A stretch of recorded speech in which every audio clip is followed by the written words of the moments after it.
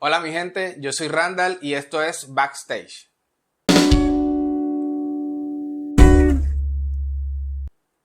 Hoy tenemos un invitado especial, músico muy reconocido, con una larga trayectoria en el campo musical. Creo que todos lo conocemos o lo han oído escuchar o lo han visto tocar, pero vamos a dejar que él mismo se presente. Bueno, Randall, primero, gracias por la invitación. Yo soy Ricardo Alzate. Bueno, sí, estoy aquí para lo que necesite, lo que quiera saber. Bueno, vamos desde los inicios de los tiempos. ¿De dónde surgió el amor por la música? Bueno, el amor por la música, yo le llamaría el amor al arte. Yo creo que tengo un recuerdo más o menos a la edad de los 2 años, 3 años. Mi abuelo, el papá de mi mamá, fue el que me empezó como a meter un poco con el tema del dibujo. Él empezó acá, me sentó, venga acá, vamos a enseñarle a dibujar sin salirse de la línea. También tengo recuerdos que mis papás me ponían grabaciones en cassette de mi abuelo cantando, la voz de mi abuelo. Entonces, si tú me preguntaras, las primeras melodías que yo tengo recuerdo que haya escuchado canciones es la voz de mi abuelo. Estaba cantando una canción que se llama Marta, creo que la versión es de Plácido Domingo o algo así. Y ahí me quedó como el tema del dibujo. El dibujo, cuando ya yo llego al colegio, ya empiezo a destacar. O sea, realmente el arte entró en mí por la parte del dibujo. Lo que sucede es que yo soy el segundo hermano, yo soy el menor. Mi hermano mayor se llama Ricardo y él es músico, y también como desde los 5, 6, 7 años ya él estaba con el tema de la música. Ya mi hermano empezó tocando la flauta, empezó tocando la guitarra, y entre la parte del dibujo por el lado de mi abuelo y yo también viera a mi hermano con la parte de la música, yo creo que ahí empezaron como a hacer eco esas dos cosas, ¿verdad? Tenemos que hablar de personas importantes en ese proceso. Dakar Salamanca fue el profesor del colegio de la costa donde estudió mi hermano, estudié yo, y ese fue la persona que empezó a meter a mi hermano en la música y posteriormente a mí. Entonces tenemos como esas dos personas que influyeron. Mi abuelito por el lado de la parte del dibujo, mi hermano con la guía del profesor Dakar. Sí, chévere, disculpa, chévere eso de tu abuelo, o sea, tener como ese recuerdo de esas grabaciones de tu abuelo cantando, o sea, tener eso en la memoria es un recuerdo valioso. Sí, ya hay algo que yo es la hora y todavía no lo entiendo. Mi abuelo me dejó a los 3 años de edad. O sea, él partió de este mundo a los 3 años por ya cuestiones de salud. Pero yo me pongo a pensar cómo yo tengo esos recuerdos, porque es que tengo unas fotografías de que yo estaba en tal lugar, en la casa, sentado con él. Incluso recuerdo que un día puntual prendí una vela en uno de los cuartos y con unas, creo que, bolas de icopor me empezó como a explicar el tema de la rotación de los planetas y cuándo era y por qué era de día o de noche. Y yo me pongo a pensar, pues si yo tenía 2, 3 años de edad, yo cómo me acuerdo de eso. Porque digamos, el tema de la voz de él y las melodías, bueno, quedó en cassette, posteriormente seguía escuchándolo, pues estaba grabada. Pero esas imágenes de él enseñándome a dibujar o lo de los planetas, eso está aquí en mi memoria. Entonces, 3 añitos. Sí. No me acuerdo de otras cosas, me acuerdo de eso, me acuerdo de unos olores en específico. Por ejemplo, mi abuelo tenía el tabaco, yo no sé qué era lo que hacía, si lo masticaba o lo fumaba. Los tabacos eran unos que eran como cuadrados, eso tiene un olor característico, como a menta, no sé, me acuerdo de ese olor. Entonces eran épocas bien bonitas que, bueno, le van marcando y esas cosas se quedan ahí. Es lo que más adelante yo digo que a uno le da la decisión de decir, oye, quiero dedicarme al arte o quiero dedicarme a la música. Claro, claro. Comenzaste entonces con tu hermano, ¿cómo? Sí, Estábamos en el colegio, ¿verdad? Entonces, obviamente, en el colegio estaba el profesor Dakar y venía la clase de música, que la flauta, que la guitarra. Más o menos por ahí como en el año, yo diría en principio de los 90, 92, 93, ya mi hermano empezaba a ser de pronto pininos, un poquito, vamos a llamarle profesionales, porque entonces el profesor Dakar era bajista, él tocaba con un grupo que se llamaba Cámbaro, acá en Barranquilla. Mi hermano enseguida quiso tocar el bajo. Mi hermano tenía esa inquietud, de hecho, la amistad con mis papás creció al punto que mi papá terminó siendo el padrino de las hijas del profesor Dakar.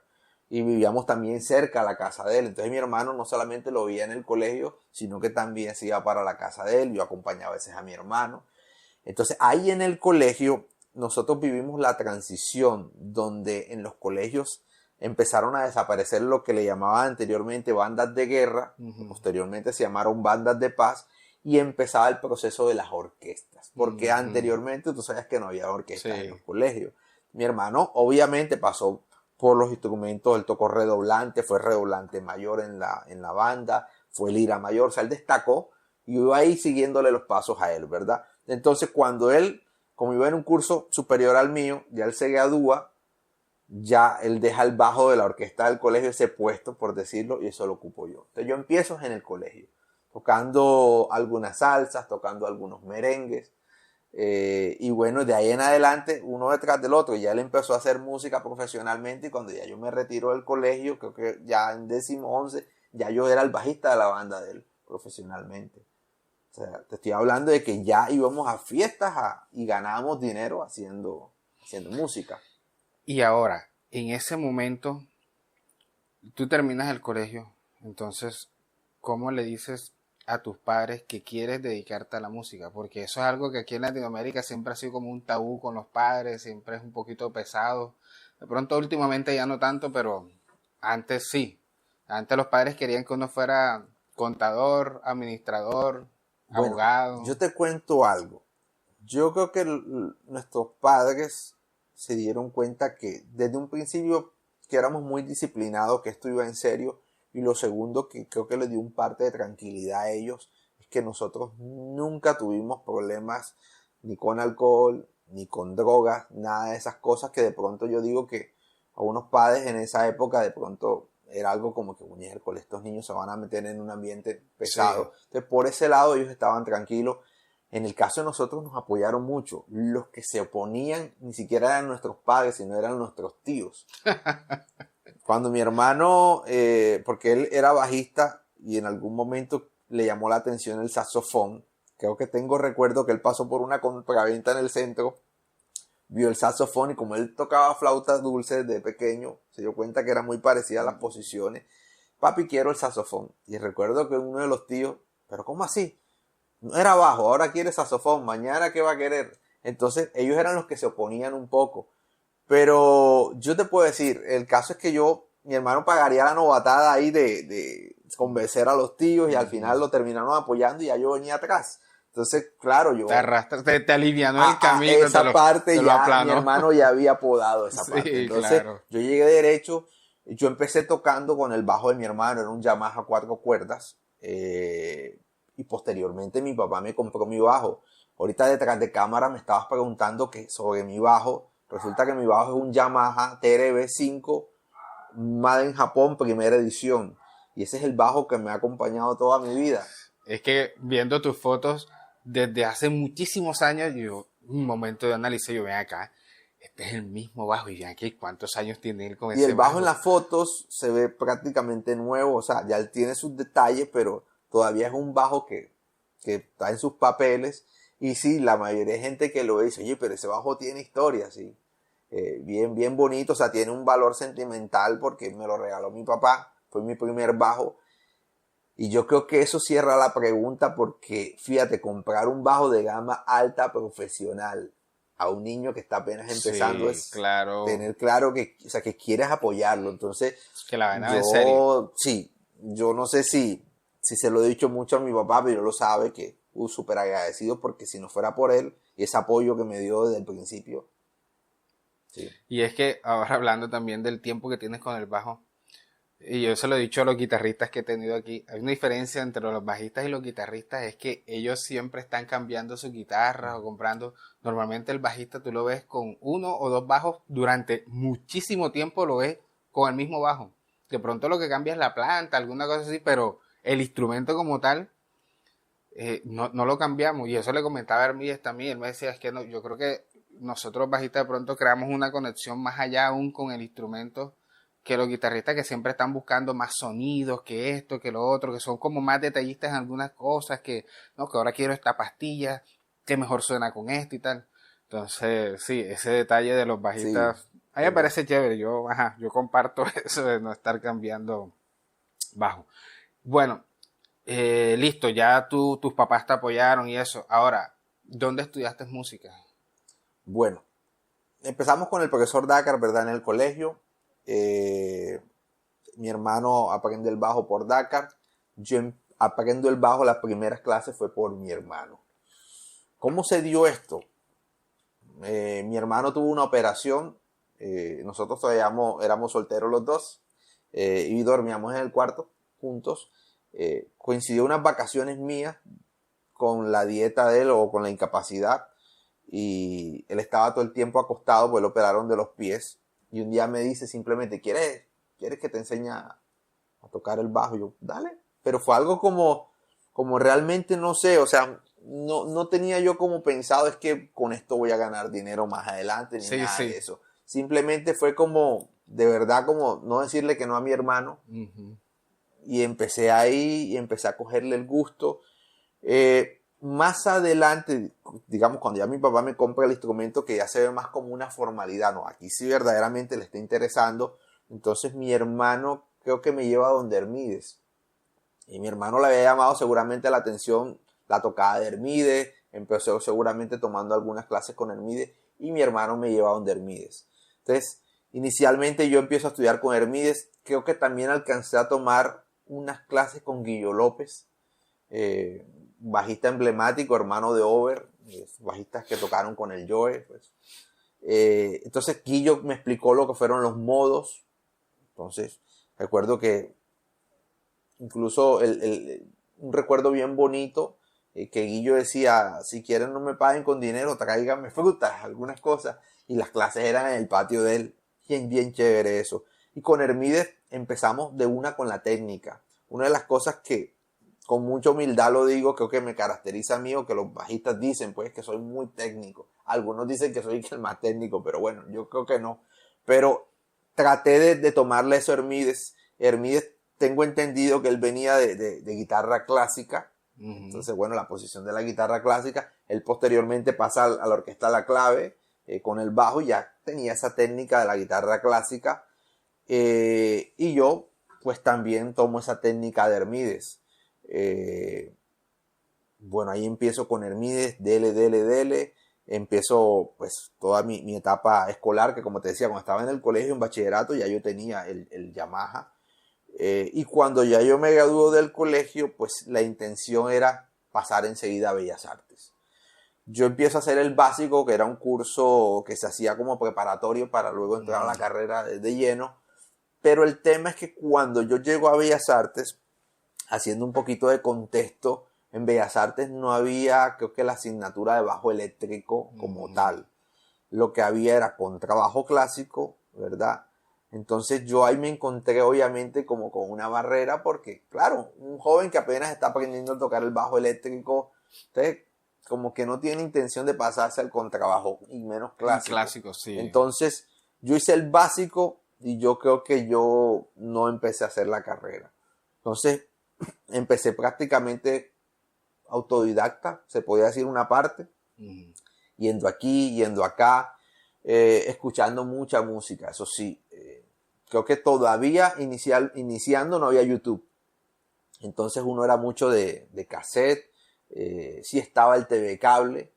Nosotros como empezamos prácticamente la música en los 90, tú entenderás en el contexto que había entrado fuerte en los 90 el merengue dominicano. Entonces, por ejemplo, Sergio Vargas, los hermanos Rosario, esos fueron como mis influencias. Entonces, esos bajistas, Luis Rosario era el bajista y es actualmente todavía el bajista de los hermanos Rosario. Y el bajista de Sergio Vargas es Antonio Hernández, artísticamente conocido como La Picúa.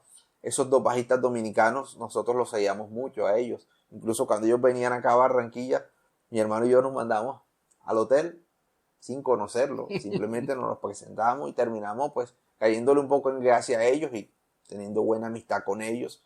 Y así aprendíamos. Daban por el TV Cable, por eso mencioné ahorita el tema del TV Cable, un sábado de Corporán. Era un programa no sé, de magazine y de concursos en República Dominicana y ponían en una sesión a las orquestas en vivo. Grabadora de cassette, televisor, no había línea, sonido ambiente. Imagínate grabando sonido ambiente de grabadora de cassette para tratar de capturar el bajo. Pero nosotros nos gozábamos después eso y así sacábamos las canciones. Entonces, claro, porque lo chévere era aprenderse los lujos que hacían en vivo, que ustedes saben que no son iguales pues, a la versión de estudio, ¿no? Y ahí empezamos. Entonces, digamos que esa fue como la parte de aprendizaje, fue tomando clases particulares con Hermídez, yendo donde Guillo, escuchando música, yendo a visitar a los otros músicos a los hoteles. En algún momento supongo que, no sé si Hermídez me pasó un tutorial de bajo.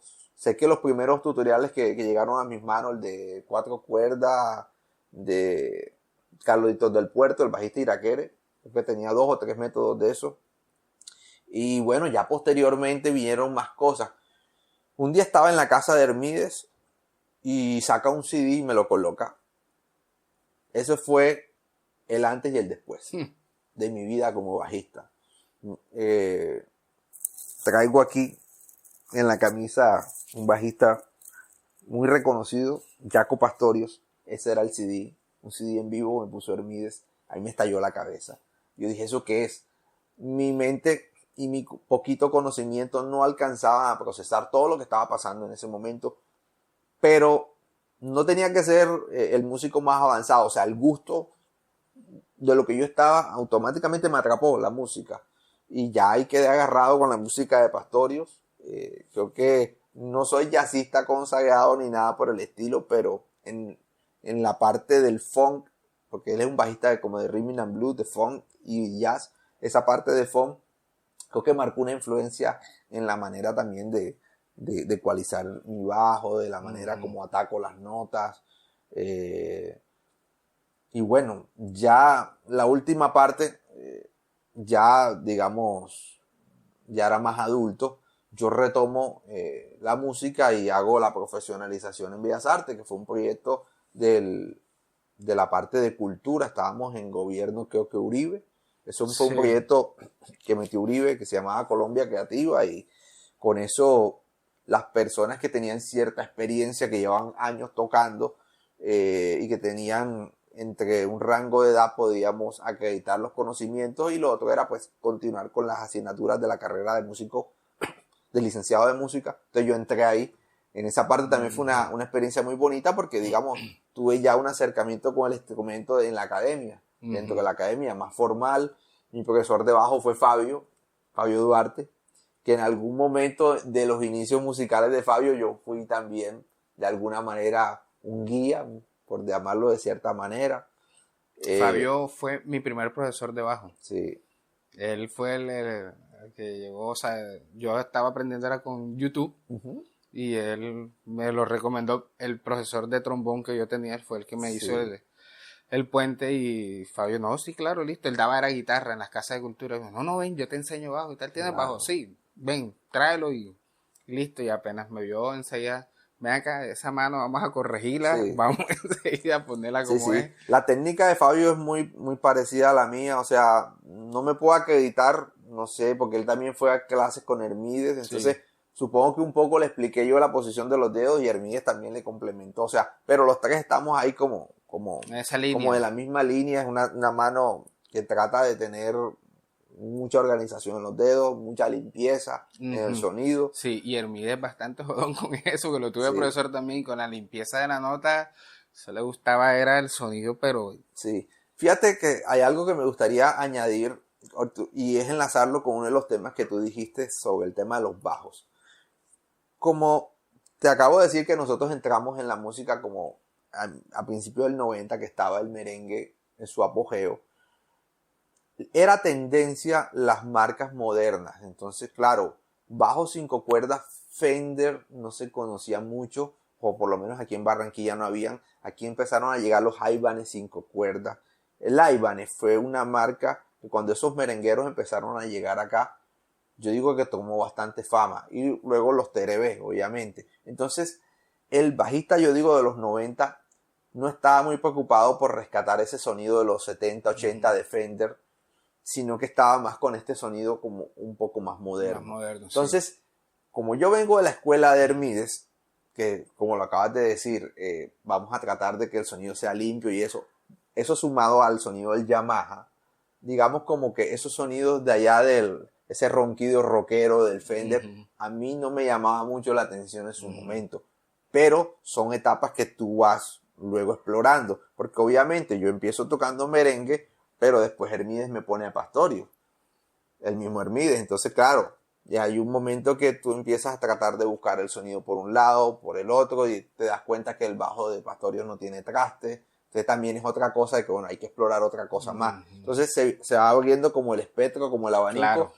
Y hoy en día tengo un Yamaha, tengo un Fender, tengo 5 cuerdas con traste y tengo un Fender 4 cuerdas sin traste. No tengo mucho, porque también estoy muy de acuerdo contigo. El tema no es de cantidad, es de calidad, tener lo necesario.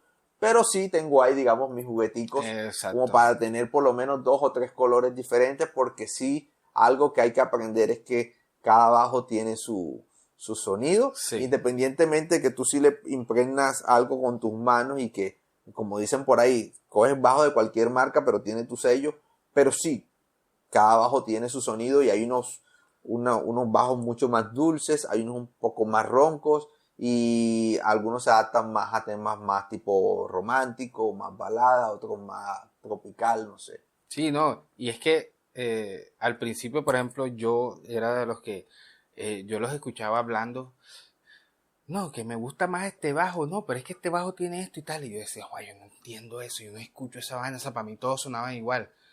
Ya después de cierto tiempo es que uno empieza ya, cuando empiezas a educar el oído, que empiezas a trabajar Sí, y tal, y es que tú dices, epa, sí. Y por eso fue la decisión de comprar el Yamaha que tengo, porque es un claro. bajo completamente diferente al Squier que tengo. Tienen dos sonidos que van diferentes y con los dos me gustan, pero sí, ahí es donde uno empieza como a Sí. diversificar un poco. Hay algo también que me gustaría añadir en la parte del bajo y es, yo creo que había una tendencia, o sea, de pronto estoy equivocado, es lo que yo, el niño de esa época, percibía. Yo creo que había una tendencia, por ahí digo como a finales de los 80, de que todavía la guitarra bajo, que es un instrumento, se podría decir joven todavía, no tenía muchos años, creo que 100 años no tenía. La guitarra bajo a imitar como el sonido del baby, pienso yo. Entonces, claro, yo veía muchos bajistas, por ejemplo, de salsa, que no se guiaban por ese sonido tipo Salvador Cuevas, sino que iban a tratar de ecualizar el bajo como si fuera un baby, ¿verdad? Entonces yo creo que cuando el bajo tiene cantidad de bajos, digo que se pierde un poquito como la identidad. En el momento en que tú empiezas a tener brillos y medios necesarios y un poquito de bajo, ahí es donde creo que cada bajo empieza a destacar su tímbrica. Esto me costó tiempo procesarlo, aprenderlo. Un día estaba sentado con uno de los guitarristas más emblemáticos de la ciudad de Barranquilla, que es Jaime Bisbal. Y Jaime me decía, Ricardo, es que cuando vayas a tocar el bajo piensa no en bajos, piensa en medios bajos, pero más medios que bajos. Él me decía, la presencia te la va a dar los medios y vas a poner el bajo necesario para tener algo de cuerpo. Entonces, fíjate que esas palabras se me quedaron aquí y hoy en día yo a todas las personas que pasan por, digamos, por un consejo, una guía mía o por una clase formal conmigo, yo le digo, cada instrumento tiene su tímbrica. Entonces, si necesitas sonar como un baby bass, cómprate un baby bass. Si necesitas tocar la guitarra bajo porque crees que el tema lo amerita, pues ecualízala como guitarra bajo. No trates de ni que el baby suene como guitarra bajo ni la guitarra bajo como baby, porque estaríamos haciendo cosas que a la final de pronto no son tan chéveres. Eso me hubiese ahorrado a mí muchos años de prueba y error, porque es que al principio, o sea, cuando comencé, como te digo, yo comencé con YouTube y yo escuchaba y veía y tal, y yo siempre buscaba, como el bajo, siempre se lo subía al bajo. Claro. Y entonces yo decía, pero no suena, o sea, no suena como yo quiero que suene, como le suena a ellos y tal. Ya mucho tiempo después, y aprendiendo y leyendo y tal, fue que encontré, no me acuerdo quién fue que se lo escuché por primera vez, que él decía, hey, no, vamos a ecualizar el bajo y tal, y entonces coge el bajo y se lo baja. Y yo, ven acá, pero...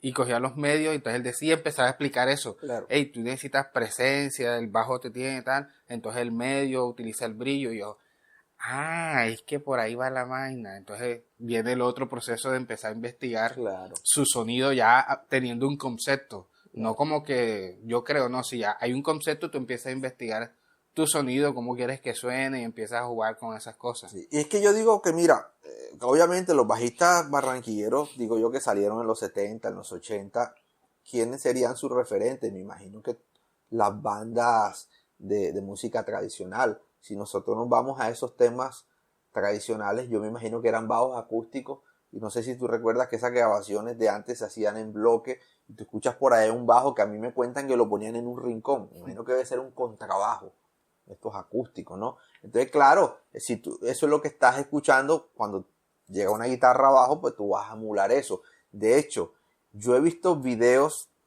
más o menos de los 80, donde se ve que empezaron a aparecer las guitarras bajo y los bajistas tocan la guitarra abajo acá como si fuera un baby.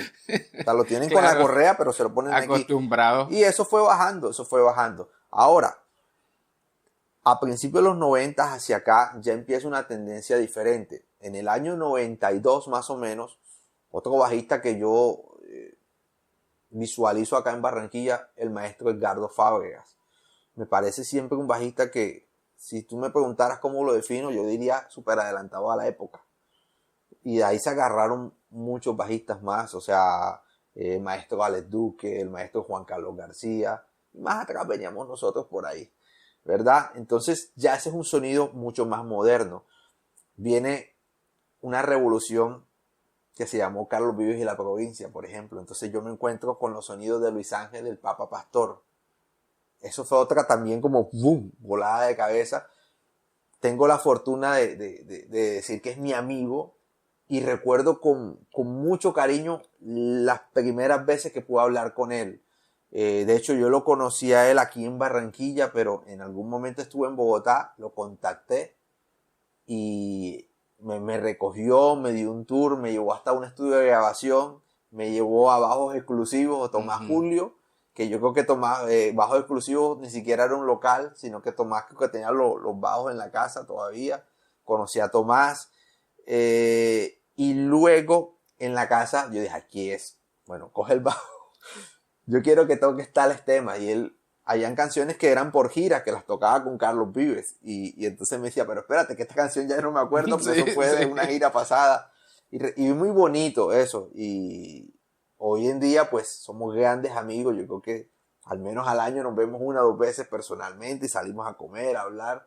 Entonces ese, te digo, ese fue otra también como de los procesos en que vino una revolución con todo lo que vino haciendo el Papa.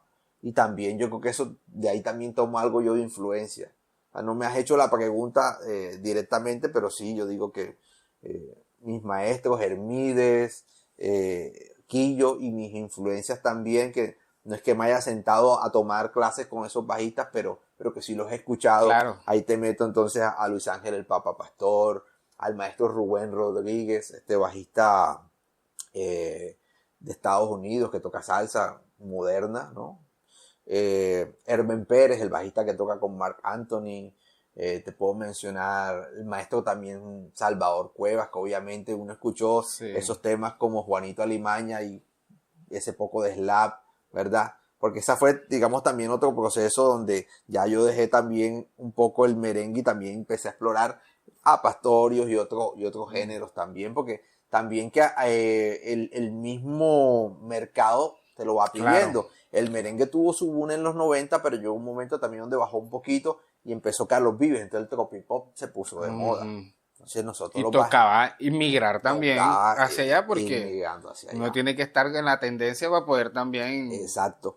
En algún momento también escuché rock, pertenecí a 1 o 2 bandas de rock acá en la ciudad de Barranquilla. Escuché el grupo Dream Theater o Dream Theater. Mi hermano fue uno de los primeros bajistas que tuvo la agrupación Los de Adentro, que se llamaban Caos. Bueno, se podía decir que fue uno de los fundadores, porque era cuando se llamaban Caos. Y mi hermano en esa época, ese proceso, en los 90 yo creo que se tocaba mucho cover las bandas de rock de acá, entonces Guns N' Roses, Red Hot, entonces escuché a Flea, escuché a Jamiroquai.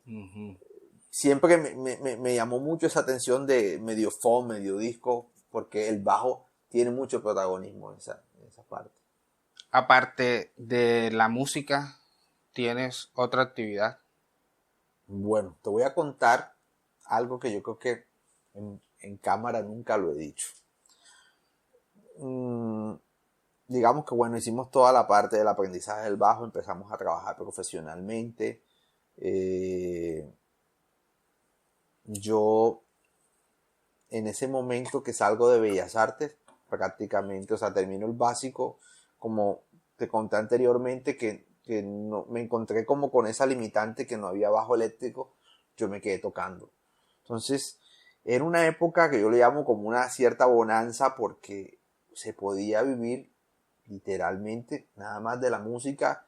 Yo me podía quedar en mi casa de brazos cruzados y yo sabía que el fin de semana... O sea, vivir solamente de la moña. Sí, digamos, a mí no me gusta usar mucho el término moña porque para mí la moña es un poco como cuando le llaman un ventú. Realmente Ajá, sí, sí. estábamos Algo como... más informal. Sí, algo más informal. Yo pues pasé por varios grupos. Voy a irme un poquito por las hojas.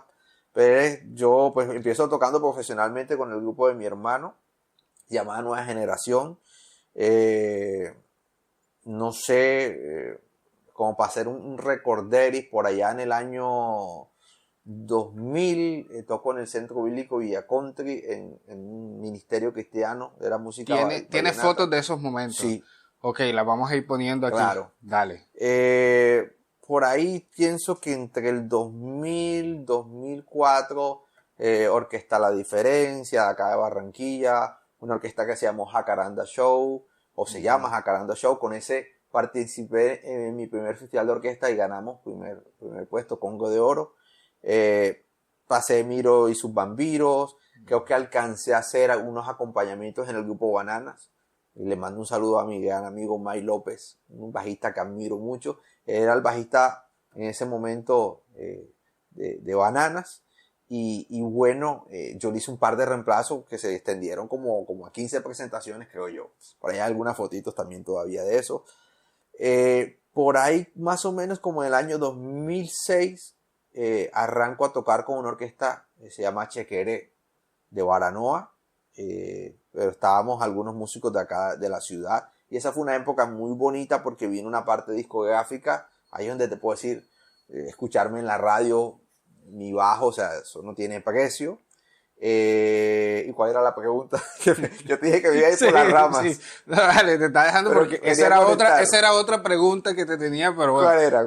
Era que si te dedicas a algo aparte de la música. Ok, entonces llegamos a Chequeré, ¿verdad? Ajá. Entonces nos tocó toda la época dorada, le llamo yo, de Chequeré. Estaba Ángel y Marlon, hicimos muchos éxitos de carnaval. Recuerdo que algo que me toca mucho la fibra, un 31 de diciembre, creo que no me tocó tocar ese 31 y lo pasé en la cuadra donde mi abuela, y a las 12 que todo el mundo se da el feliz año. Usted sabe que acá en Barranquilla ya colocan la música de carnaval. A las 12 en punto, entonces sonó una canción de Chequeré y mi bajo ahí. Y sonó en toda la cuadra.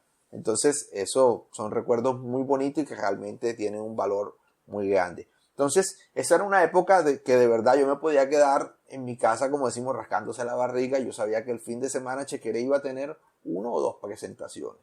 O sea, era raro que nosotros al mes no tuviéramos por lo menos 4 presentaciones. Eso es muy poco, o sea. Tuvimos épocas donde pudimos haber hecho hasta unas giras de 25, 30 presentaciones en un mes.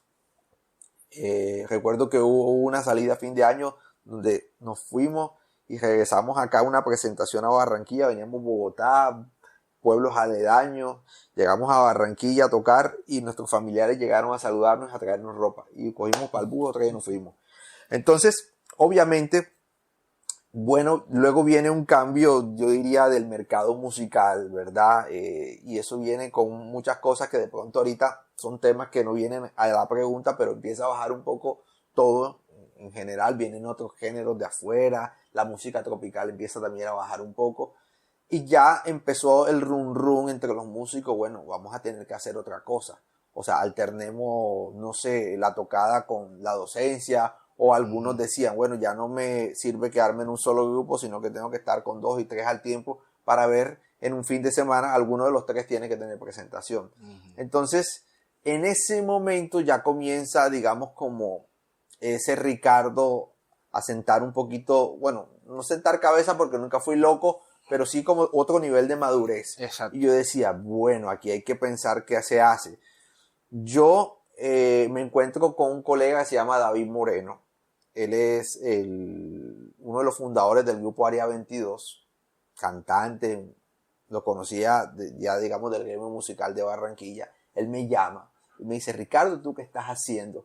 Yo soy el director musical de la orquesta de la Universidad Autónoma del Caribe. Estoy necesitando un bajista que me cubra para un evento de la universidad porque al bajista se le presentó una situación. Yo fui, hice el favor, toqué. Y él me dice, ven acá, Ricardo, ¿tú qué estás haciendo? Yo no, en este momento no estoy haciendo nada. Estoy tocando, digamos, con las orquestas, pero no estoy estudiando nada. Le conté lo de Bellas Artes. Y me dice, ven acá, ¿a ti no te llamaría estudiar la atención, estudiar algo acá en la Universidad Autónoma? Porque yo estoy necesitando un bajista y aquí sucede que las personas que hacen parte de un grupo artístico, sea la orquesta, grupo de danza, teatro, les regalan media beca. Lo que tienes es que mantener un buen promedio, buen comportamiento. Y yo, bueno, yo no dije que sí enseguida, pero me llamó la atención. Yo me imagino claro, que se lo consulté a mis papás, a mi hermano, no sé, y todo el mundo, claro, por supuesto. Entonces, era buscar una carrera que fuera, digamos, como afine. Obviamente en la autónoma no había carrera de música, y yo dije, bueno, música farándula, música medios audiovisuales, ¿verdad? Era como lo más cercano. Era o comunicación social o dirección y producción de radio y televisión, abreviado RTV, que hoy en día ya se llama diferente, pero así se llamaba en ese momento. Entonces, yo decía, bueno, yo tengo la lengüita pegada, yo tengo problemas con las eres, y yo decía, no, yo comunicación social como que no, ¿verdad? Entonces yo dije, vámonos por el lado de RTV. Entonces ahí empecé a estudiar, pero te voy a ser sincero. Yo seguí estudiando RTV, fui muy aplicado y todo, pero yo seguía con la música. Yo seguía mis presentaciones con el grupo Chequeré, y duré casi 8 o 9 años con Chequeré. Incluso, bueno, yo me gradué ya de RTV. Bueno, el tema era que yo venía tocando, ¿verdad? Tocando y estaba alternándolo con la carrera. Cuando ya yo me graduó, bueno, es que yo en mi casa pues ya tengo acceso a un computador, porque durante la carrera de RTV yo ni computador tenía. Yo hacía los trabajos en las salas de informática, imagínate, iba a pedir un permiso de 1 hora y yo me sentaba ahí a darle. Entonces cuando ya estoy en mi casa, que tengo mi portátil, bueno, instalo los primeros programas de edición, que si el Adobe Premiere, que si el After Effects, pero luego yo me veo una película que se llama Toy Story. La película, el primer largometraje de animación 3D por computadora. Y yo digo, ¿esto qué es? Esto es otra técnica. Esto no era ya las cámaras y eso me llamó la atención. Fue algo parecido como cuando vi a Pastorio, una chispa como que se prendió por ahí. Para que haya algo. ¿Verdad? Aquí pasa algo. Sí. Y empiezo a buscar internet porque ya sí teníamos el internet en la casa, el YouTube. Y empiezo a buscar con qué programa se hizo tal película. Tal. Entonces, no encontraba puntualmente con qué programa se había hecho Toy Story, pero sí encontré un programa que se llamaba Blender y era gratis. Lo descargué. Empecé en mi casa a buscar tutoriales en YouTube y hacer tutoriales. Año más o menos como 2011-2012. Luego me encuentro un amigo que estudió conmigo en la Autónoma RTV y me dice, mira, pero yo estoy dándole a uno que se llama Cinema 4D. Y comienzo a darle al Cinema 4D. Mira, Randall, yo a los 3-6 meses ya yo estaba haciendo unos pininos que a mucha gente le empezó a llamar la atención. De todas maneras, como teniendo el contexto en cuenta, o sea, tampoco era algo que todo el mundo manejara. Claro. O sea, hey, Ricardo está haciendo 3D, aunque fuera un par de ejercicios, ya, Ricardo está haciendo 3D. Ya yo, más o menos como en el año, no sé, 2012 creo yo, de pronto empecé un poquito antes, puede que haya empezado a estudiar en el 2010, algo así. Sí, pues yo me gradué de la Autónoma en el 2008. Y cuando yo empiezo mis pininos en el 3D, yo recuerdo que ya yo estaba tocando con Chequeré porque en los descansos de las presentaciones yo tenía el computador. Ya estaba mi mamá en gallo, y ese loco con ese poco de dibujo ahí que son. Y entonces, bueno, comienzo inquieto, paso al cinema 4D y no sé cómo no sé quién me recomendó, pero yo entro al primer estudio, digamos, de efectos visuales acá en Barranquilla que se llamaba Murillo Films. Ahí empiezo a hacer mis pininos como realizador audiovisual desde la parte de la postproducción, lo que es el 3D. O sea que yo, como tal, aunque estudié radio y televisión, yo nunca fui a hacer ni cámara ni edición afuera en el campo, sino que yo enseguida empecé haciendo mis gráficos por computador. Ahí duré, no sé, 6 meses. Paso a otro estudio que se llama SmartBeats. En el año más o menos 2013, 2014, el bicentenario de Barranquilla. Trabajé en el videomapping que se proyectó sobre la catedral de acá de Barranquilla. Esa fue una experiencia diferente a la de Murillo, porque en Murillo yo era el artista 3D y había un muchacho que hacía edición. Acá era como el primer estudio donde yo realmente me iba a encontrar con un grupo de artistas. Cuando llego, la primera imagen que me encuentro es alguien que está modelando un Yo Arroyo hiperrealista. Mi amigo Sergio González, le mando un saludo. Cuando yo veo a Sergio, yo, wow, me comienzo a sentir intimidado. Sí, claro. De pronto veo a otro muchacho, Samario, Luis Miguel, y un día me dice, ¿has ido a ver las películas en tal marca? No sé, no recuerdo si era Royal Film o Cine Colombia, no me acuerdo, pero salían unas crispetas al principio. Esas las hice yo. Yo, ¿cómo así? Eso es 3D. Entonces, claro, todos estos tipos eran unos cracks, y yo así como... Pero fíjate que mi trabajo desde un principio ya fue muy estético. Me acuerdo que yo tenía a Luis Miguel sentado al lado y él ya comienza a ver y así, me hace así con la cara y bueno, estoy haciendo Voy las cosas por buen bien. camino. Voy por buen camino. Y ya, o sea, de ahí, créeme que ese primer trabajo quedé matriculado. Yo trabajé con SmartBeats, que ellos estaban asociados con Performa, también, otra empresa de acá de Barranquilla, y de ahí arrancó una racha de videomapping. Incluso en el año 2019 con Performa trabajé en la inauguración de los Juegos Centroamericanos, un mega evento, yo creo de los más ambiciosos que se ha hecho acá en Barranquilla. Tuvimos a Shakira en el evento, tuvimos a Cabas, tuvimos a Maía, a los de adentro. Ese fue en el estadio Metropolitano. Sí, yo estuve en esa inauguración, en los músicos que salieron tocando ahí. Oh, yo estuve. Bueno, fíjate, las casualidades de la vida. No, y otra casualidad que te iba a decir, que se me escapó, que en ese momento que tú estabas allá en la universidad, yo también estaba estudiando, pero yo estaba del lado del folclore, y yo sí te veía. Y ya yo sabía que tú eras el bajista de Chequeré, porque obviamente Chequeré lo conocíamos todos, o sea, una orquesta súper famosa. Y yo sí decía, este man de nivel y tal, porque ya es el bajista y tal, pero yo todo por ahí, cuando eso yo ni idea de tocar bajo, no lo tenía ni visualizándolo ni nada y tal. Y ajá, hasta ahora otra vez que como que nos volvemos a cruzar, es que digo, claro, yo vi la foto y dije, este man me suena. Antes tenía más pelo. Y dije, este man me suena y tal, cuando yo, claro, ya me acuerdo, en la orquesta de la universidad, porque como uno siempre también se cruzaba mucho en los eventos de la orquesta de la universidad, el grupo folclórico, la danza y tal. Claro. Entonces, sí. Entonces, ahí empezamos a trabajar y vinieron una cantidad de cosas. ¿Qué me trajo ese trabajo aquí a nivel local de los videomapping? Me trajo, digamos, un eco, me empezaron a llamar de las universidades. Entonces, de la misma Autónoma, que soy egresado orgullosamente, me llamaron. Ricardo, ¿es verdad que usted está haciendo 3D? Venga acá, muéstrame aquí. Entonces, empecé en el año 2015 con la docencia universitaria. Entonces, ahí se puede decir que empiezo como a alternar esa parte. Y bueno, es lo que hemos estado haciendo hasta todo este tiempo. Estuve en la Autónoma 2015, más o menos 2022. Me llamaron también de la Universidad Sergio Arboleda, sede de Barranquilla, 2019 hasta el 2022 más o menos. Y tenía que venir el siguiente nivel, ¿verdad? Como todo en la vida, vamos Un tratando proceso, claro. de pasar procesos, ir aumentando cosas y resulta de que acá, a través de las redes sociales, yo conocí muchas personas que fueron importantes y que son importantes en mi vida. Una de las recomendaciones, ya me acuerdo de la autónoma, por un lado lo del videomapping, pero recuerdo que cuando a mí me llaman, yo llego donde la directora del programa, la doctora Silvia Gutiérrez, que le mando un saludo, directora en ese momento, ella me dice, Ricardo, ¿usted tiene maestría? Yo no. Ah, pero es que se necesita la maestría. Entonces, hay un proceso que yo empecé a hacer mi maestría, pero yo no empecé enseguida de docente en la autónoma. Entonces quedó como en stand-by, llamaron a otra persona en su momento. Pero también, como decimos, las cosas de Dios, cuando son para uno, son para uno. Sí, es verdad.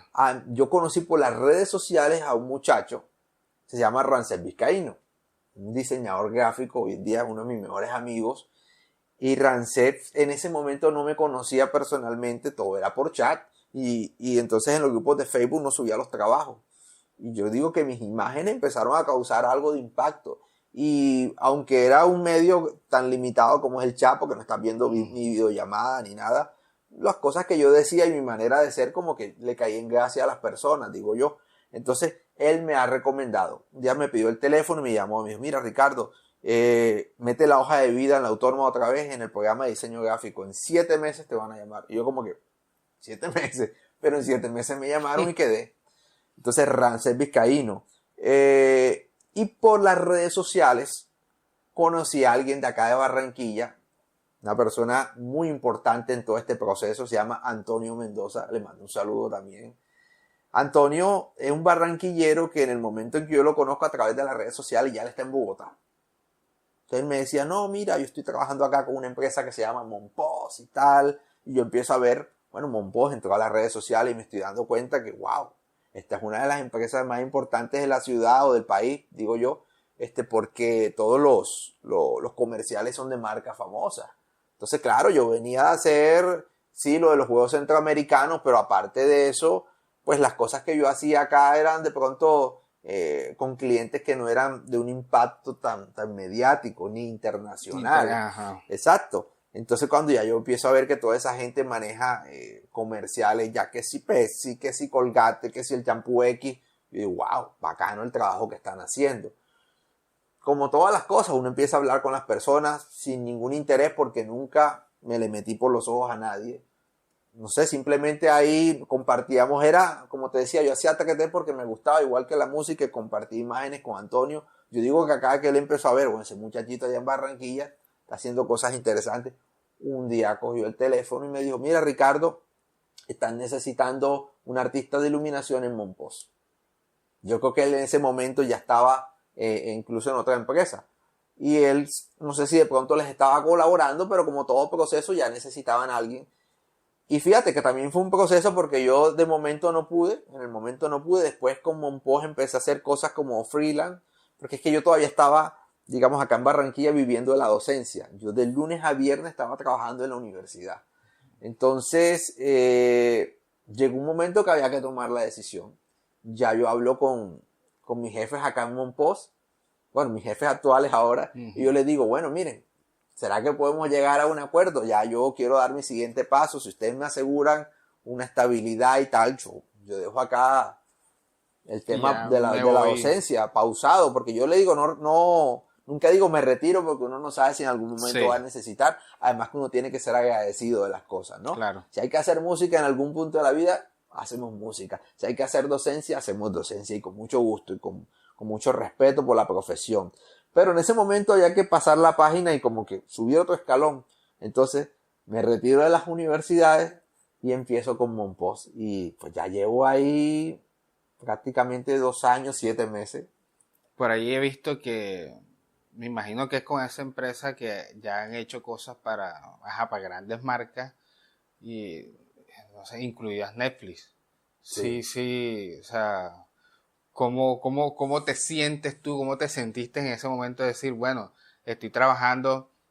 O sea, no es que uno sea, porque a veces de pronto la gente piensa como que, no, yo me sentiría orgulloso si fuera el protagonista de una serie, pero no es eso ni siquiera, sino que uno haciendo un detallito, cualquier cosa en la producción, Sí. que de pronto la gente ni siquiera identifica que eso está ahí o que tú lo hiciste y tal, pero ¿cómo te sientes tú con respecto a eso de decir, Bueno, "Ay, en Monpós fue un proceso. Yo cuando entro a Monpós ni siquiera tengo como, o sea, la idea de que voy a trabajar en una película o en ujú, una serie de Netflix, porque nosotros empezamos haciendo comerciales.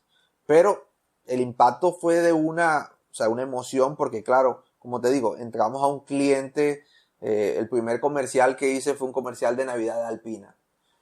Y fue muy bonita la experiencia porque cuando yo entro en el departamento donde yo estoy, que es lighting, iluminación, hay dos iluminadores. Y uno es como extranjero, creo que él es peruano, y me dice, yo trabajé en la película de Condorito, ya, de animación 3D, esa ujú". película ya la tenía referenciada. Entonces ya, claro, uno se siente como pequeño y Sí. intimidado. Y resulta de que tuvimos una reunión ahí con el departamento, con el supervisor, y había que hacer lo que se llama el master lighting, que es como la iluminación general del escenario. Esa es una iluminación que va a funcionar para el ambiente de todos los shots, de todas las, ¿verdad? De todas las escenas. Pero es la responsabilidad de que prácticamente vas a definir como el 80% del look. Porque Ujú. los otros son como los shots de cada personaje donde ponen las luces de personaje que le entregan. Pero a cada lighting le va a entregar el ambiente que ya yo iluminé. Entonces, si yo acabo de entrar al estudio, lo más probable es que me colocaran, o sea, lo más lógico era que me pusieran tareas menores, ¿no? Entonces, no, me tiraron enseguida, como digamos, al campo de batalla, pero digamos que yo creo que me estaban era como probando para Sí, saber si este claro. tipo sirve o no sirve. Sí, sí. Y bueno, ahí recuerdo que mi jefe, que nunca me lo ha dicho, pero yo vi que me pusieron a iluminar un ambiente y el muchacho que trabajó en Condorito tocó que también tenía un ambiente iluminado, pero al final se quedaron con el Ok. mío.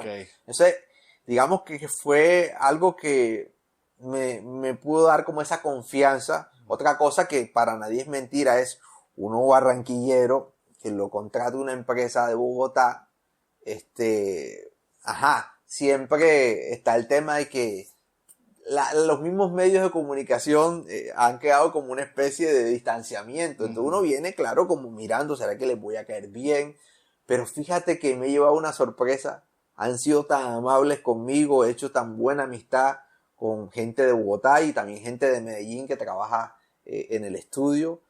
Y fue una experiencia bien chévere. Entonces, cuando ya me aceptan ese lighting, de ahí para adelante, pues yo creo que todo fue éxito tras éxito. Vinieron más comerciales, otras marcas Y eso te llena diferentes. de confianza. O sea, si de salida tú Exacto. llegas, te dan un proyecto así que tú Sí, dices, epa, te lo aprovecho y todo bacano, pues sí, joder, ya uno llega como que, epa, claro. O bien, sea, y, vamos. no, y tú sientes que de alguna manera, o sea, ellos quedan felices, contentos con tu trabajo y obviamente ya podemos confiar en él, vamos a darle cosas de más rigor. Sí, Porque de hecho cuando empezamos creo que a hacer ya las cosas de las series, en algún momento éramos 3 o 2 lighting en ese momento, a veces necesitaban de pronto alguno de los 3 o alguno de los 2, a veces me llamaban a mí enseguida, entonces yo era como contento, uy, de los 3 me cogieron a mí. ujú, Entonces era full chévere. Son cosas que obviamente las mantengo con humildad porque cuando estás en un equipo de sí, trabajo tampoco es una competencia. Y algo bien importante es que nos apoyamos demasiado. Ahí hice una muy buena amistad. Hay uno de mis compañeros que se llama José Luis Caicedo, le mando un saludo. Y con José hicimos un buen equipo porque nos compartíamos los conocimientos. Había muchas cosas que él sabía que yo no sabía. Igual viceversa, ahí nos mezclábamos técnicas. Entonces como que la idea es que todo el equipo crezca. claro. Entonces cuando a uno le toca de pronto iluminar un show que mediáticamente va a tener mayor impacto, tampoco lo ves como, que yo gané el puesto ni nada. No, al Ujú. contrario. Uno se alegra por uno, el compañero se alegra por el triunfo de uno y cuando le toca a ellos también, uno también celebra lo de ellos. Porque a la final es un equipo Es un de equipo, trabajo y claro. estamos todos apuntándole a un objetivo.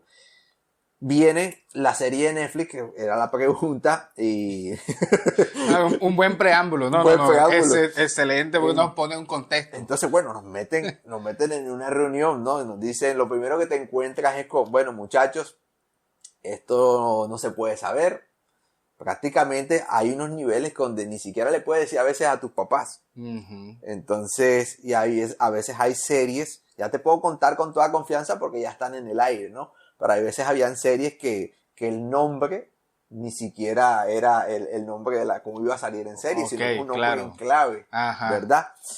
Hay muchas cosas emocionantes. Yo te voy a hacer el paralelo como en la música. En algún momento me tocó grabar, por ejemplo, con el papá de Marc Anthony. Eso fue una de las cosas que a mí me dio mucha satisfacción. Gracias a mi amigo Erben Pérez, que es el bajista de Marc Anthony, y estoy hablando con él, y me dice, mira, estoy haciendo una producción al papá de Marc, y me comienza a mostrar. Igual que me pasó con Antonio, jamás me le metí por los ojos a Erben. Jamás le dije, Erben, ponme a grabar. No, simplemente lo felicité y me alegré porque estaba dando como ese paso de no solamente ser el bajista de Marc, sino productor musical. Y entonces él simplemente me dice, Ricardo, tú quieres grabar uno de los temas. ¿Cómo así? Sí, ¿cuánto me cobras? Me dice Erben. Y yo, espérate. Más bien mándame el track, hay que hacer. Y ya después, si te gusta, hablamos de dinero. Y fíjate que le gustó, el track quedó. Y cuando me dice, ¿cuánto te debo? Y la paga iba a ser en dólares, obviamente iba a ser muy buena. Y yo le dije algo, lo más sencillo, y era lo que a mí de corazón me llamaba la atención. Le dije, hey, Erben, yo nunca he podido ver a Marc Anthony cerca, porque desafortunadamente en los eventos que lo traen, estar muy cerca es entradas que cuestan millones de pesos, y palcos y cosas. Y me consiguió 2 entradas esa vez. Y para mí, fue bueno. No sé, realmente nunca le tiré cabeza si la entrada costaba más o menos de lo que era el pago de la grabación. Pero acá era un valor. La satisfacción. No, o sea, yo creo que verlo a él de cerca tocar el bajo. Eso, es que fue una satisfacción doble. Porque era verlo a él bacano, o sea, lo que tú querías, y aparte de eso, hacer parte de una producción. Exacto. Eso también. Entonces, fíjate que acá fue un impacto también, claro, cuando ya tú empiezas a recibir shot para una serie de Netflix y ya ves que es el actor que de pronto viste en alguna película que te gustaba. Por ejemplo, yo trabajé en una serie, ahora lo puedo decir, se llama El Elegido. Creo que hay actores mexicanos, estadounidenses, y en esa serie está este actor, creo que mexicano, que trabajó en La Pantera Negra de los Vengadores. Y ahorita creo que lo acaban de anunciar para el nuevo universo que viene de Marvel, de los Vengadores. Creo que se llama Tenoch Huerta, si no estoy mal. Ojalá no me haya equivocado la pronunciación o el nombre, pero creo que es así el nombre de él, Tenoch. Y fíjate, cuando yo veo que estoy trabajando en una serie donde o tengo un show donde sale él o voy a compartir créditos, eso es algo bien bonito. O sea, eso no tiene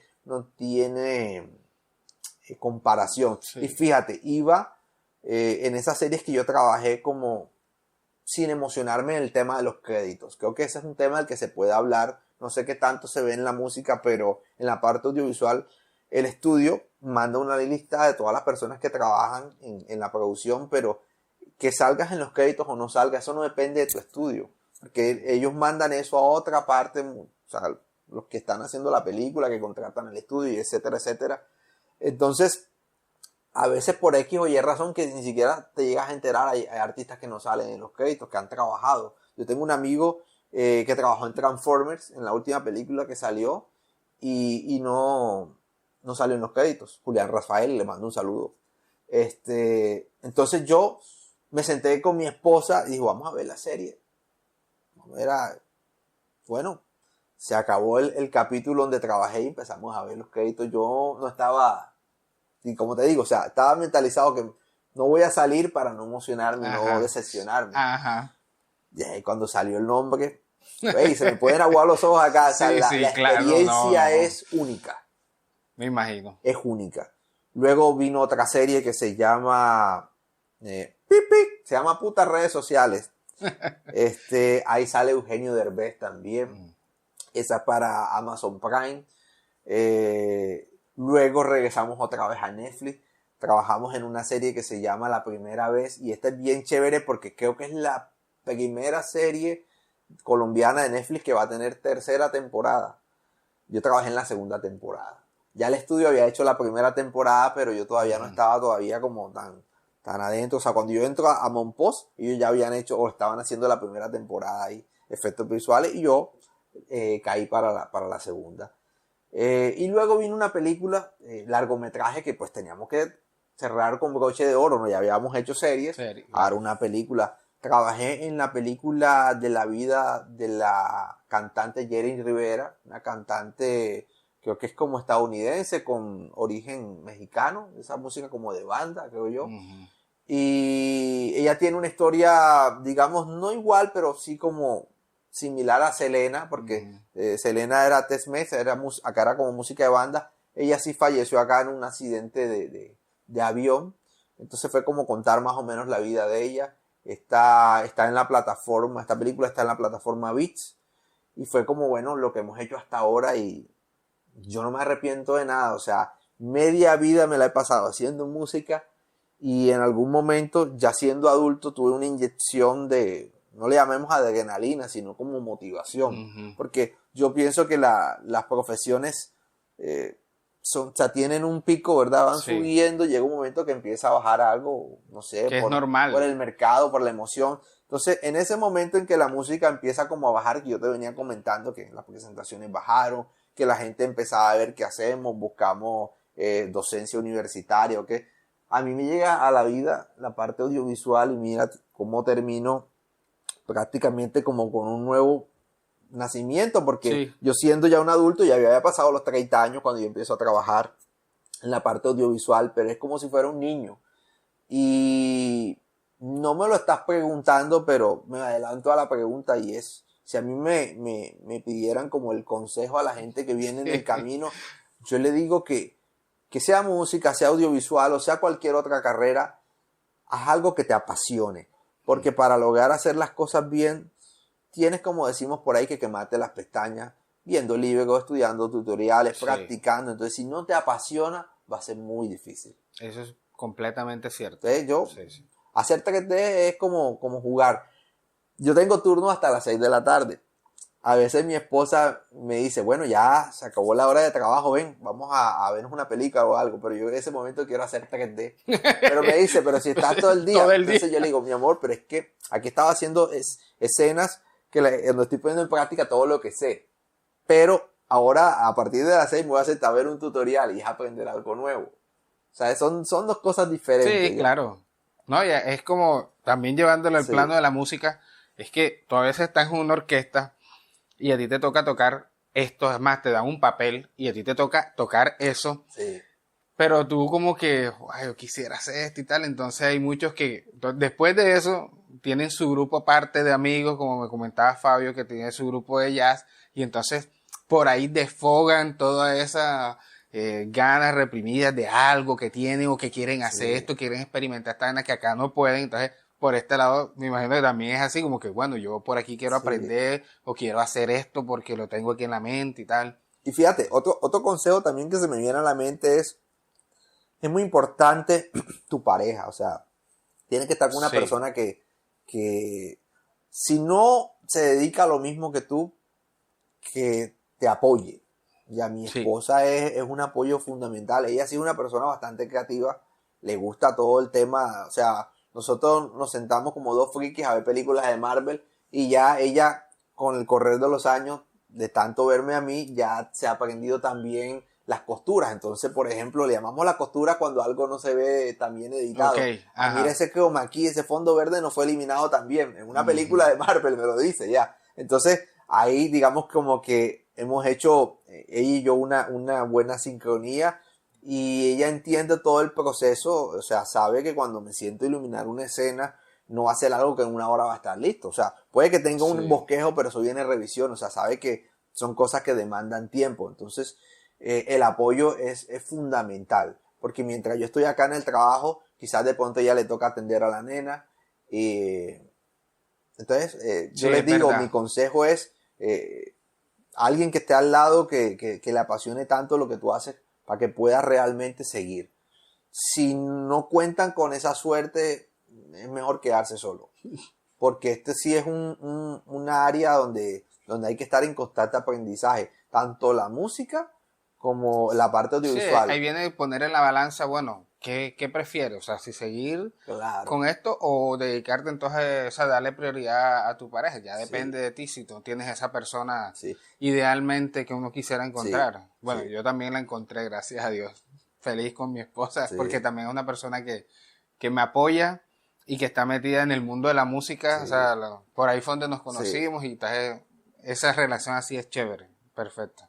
Bueno, volviendo acá al tema de la música, ya vimos que tienes esa otra faceta de, también es arte, porque al final eso es arte lo que haces en tu otra faceta. Pero volviendo al tema de la música, normalmente uno siempre termina siendo como fanboy de una marca, la gran mayoría de personas. Pues, ¿no? ¿Eres fanboy de alguna marca? De muchas.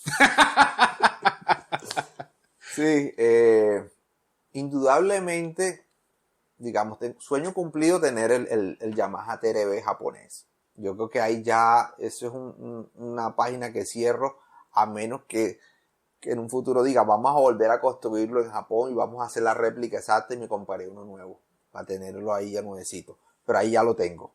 Sueño cumplido, desbloqueado. Me gusta mucho el Fender, el Jazz Bass sobre todo. El Fender Jazz Bass, tengo unos 5 cuerdas y me gustaría tener ahorita uno Maple. Creo que ese sonido con ese ronquidito clásico del Fender es el que me encanta. Hay unos que son un poquito como amor platónico de momento porque son bajos que son bastante costosos. Por ejemplo, el Ken Smith es un bajo que me hubiese gustado tenerlo.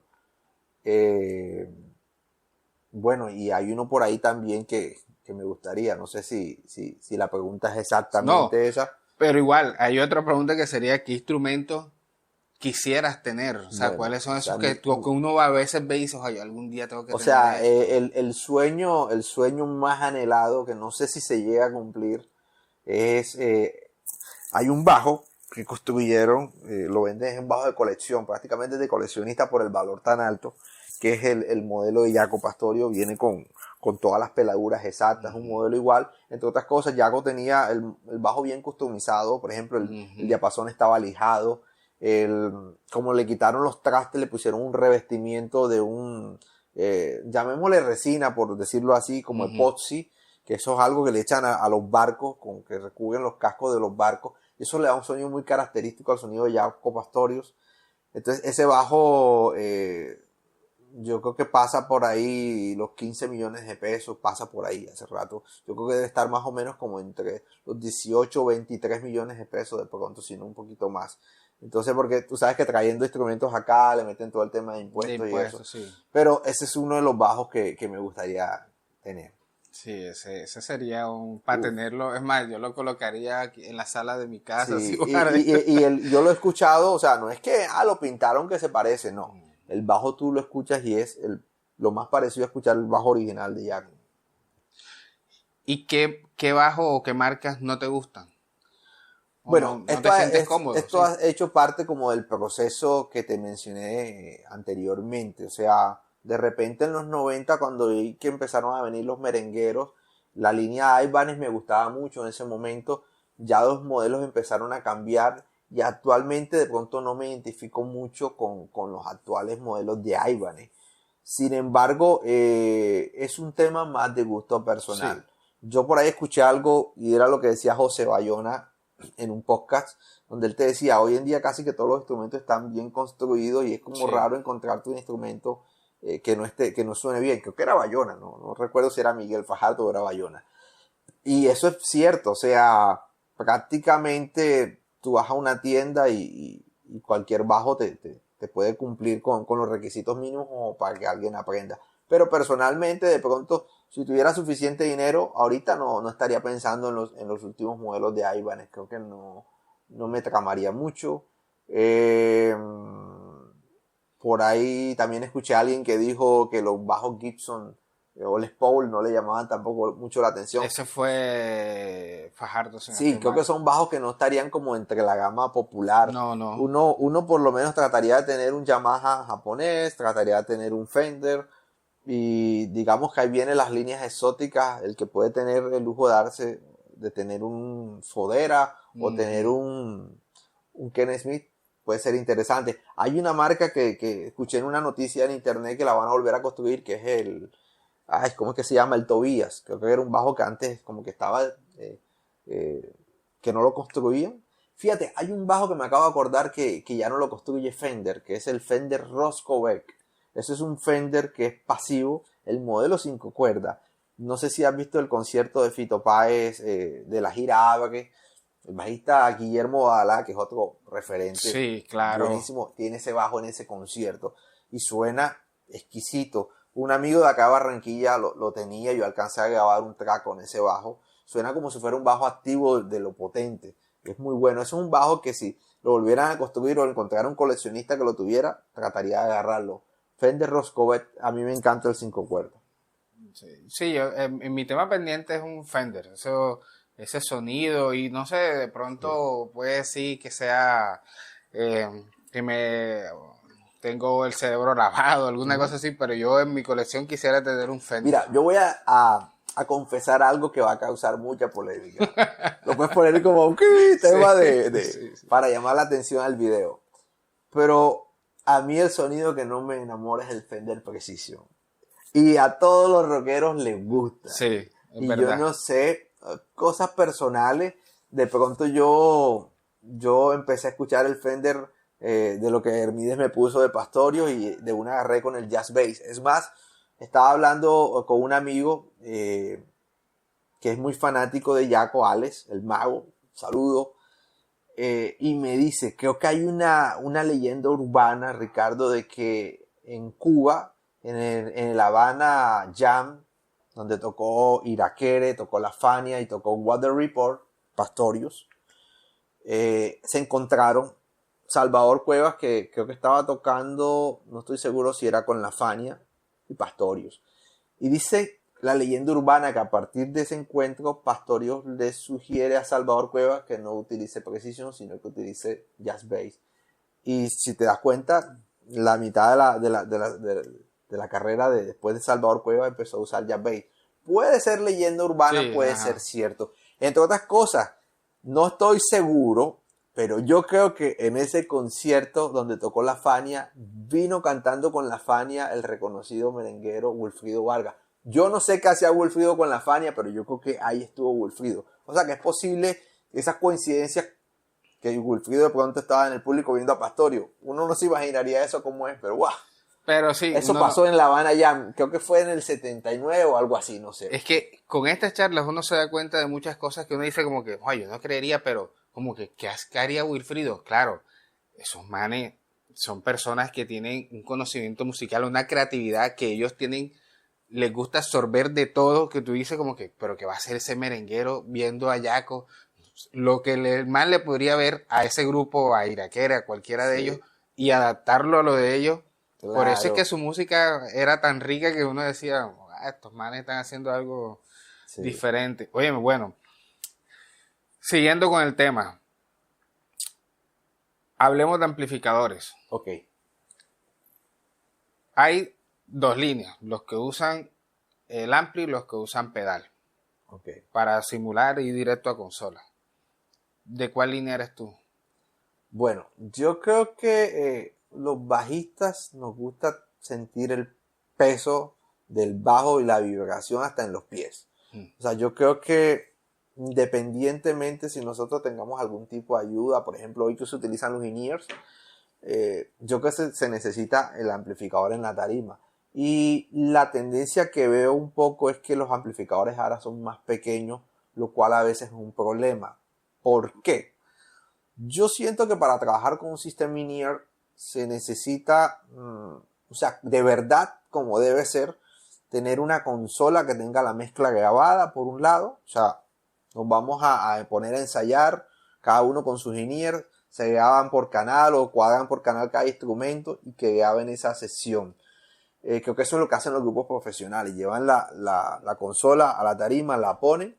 Y lo otro que no he escuchado mucho, pero es verdad, es que se necesita que la banda maneje la misma marca de in-ears. Porque si tú tienes una marca diferente a la mía, tú tienes una respuesta diferente. Esto es una locura.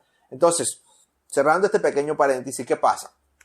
Muchas veces uno llega a la tarima donde vas a tocar con un grupo, como tú le llamaste ahorita, Moña, donde no es el grupo donde tú tocas normalmente. Entonces, ¿qué sesión va a haber grabada ni nada de ecualización?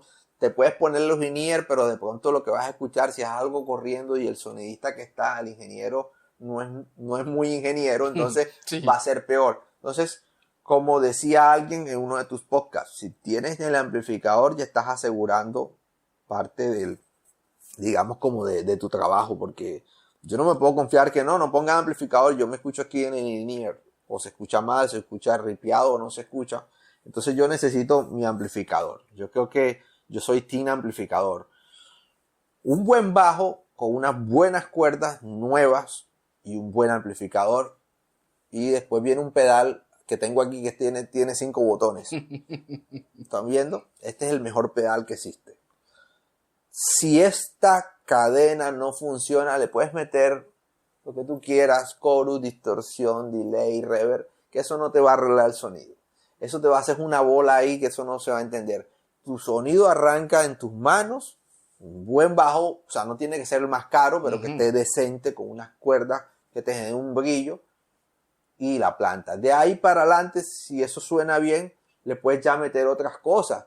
Yo actualmente estoy apenas como metiéndome realmente en el tema de los pedales y me compré un chorus porque como tengo un fretless, entonces emulando un poquito más o menos lo que hacía Pastorio, que Pastorio no utilizaba un pedal de chorus. Él tenía 2 amplificadores y él lo que tenía era en cada planta de bajo un sistema de delay. Y lo que hacía era que cuando él atacaba, una planta sonaba primero y la otra se desfasaba un poquito. O sea, él creaba un estéreo real en tarima, es un chorus real. Eso es lo que es Pastorius. En estudio, por ejemplo, el tema Continuum, él grabó el tema como tal, hizo el solo, terminó con el tema y luego en otro canal grabaron, no sé si el tema, pero yo sé que el solo lo volvió a grabar encima. O sea, él le tocó aprenderse el solo de memoria y se grabó. Eso lo dijo en una entrevista el mismo Pastorius. Hay gente que no lo creía, pero en YouTube, en esta época, alguien que emuló eso y tocó la misma canción, hizo todo exacto y es el cover más parecido que existe al original. Entonces yo tengo pues ahí mi pedalcito de chorus, tengo un ecualizador Bots, lo tengo más que todo, digamos, cuando, o sea, no lo uso tanto para ecualizar realmente.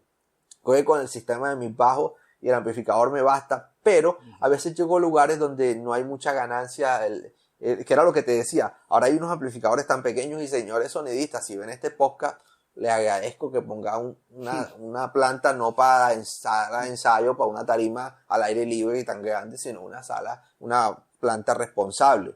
Entonces, ¿qué pasa? Yo con el pedalcito de ecualizador, él tiene una ganancia extra. Entonces, a veces, ¿qué pasa? Que llega que el bajo está al tope del volumen, el amplificador al tope y tú ya no te escuchas. Entonces, tienes que decirle al sonidista, sácalo por el side-fill. Pero a veces o no quieren o no tienen muy buen sonido para el side-fill, entonces tú ahí con el pedal te ayudas un poco.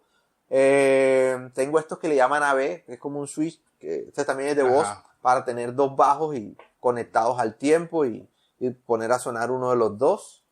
Tengo un pedal afinador, lo comencé a utilizar cuando tocaba con Juan Carlos Coronel. Con Juan Carlos Coronel yo tocaba el Baby Bass y no era tan cómodo estar desconectando para conectar, digamos, un afinador de estos. No sé, por tema estético no me gusta el afinador en las cabezas de los bajos, estos que son enganchados. Ni que no tampoco no sé. Para mí no son tan 100% Veo que hay bajistas confiables. profesionales y lo utilizan, pero a mí no, estéticamente no me gusta. Parece una camarita y entonces no me gusta.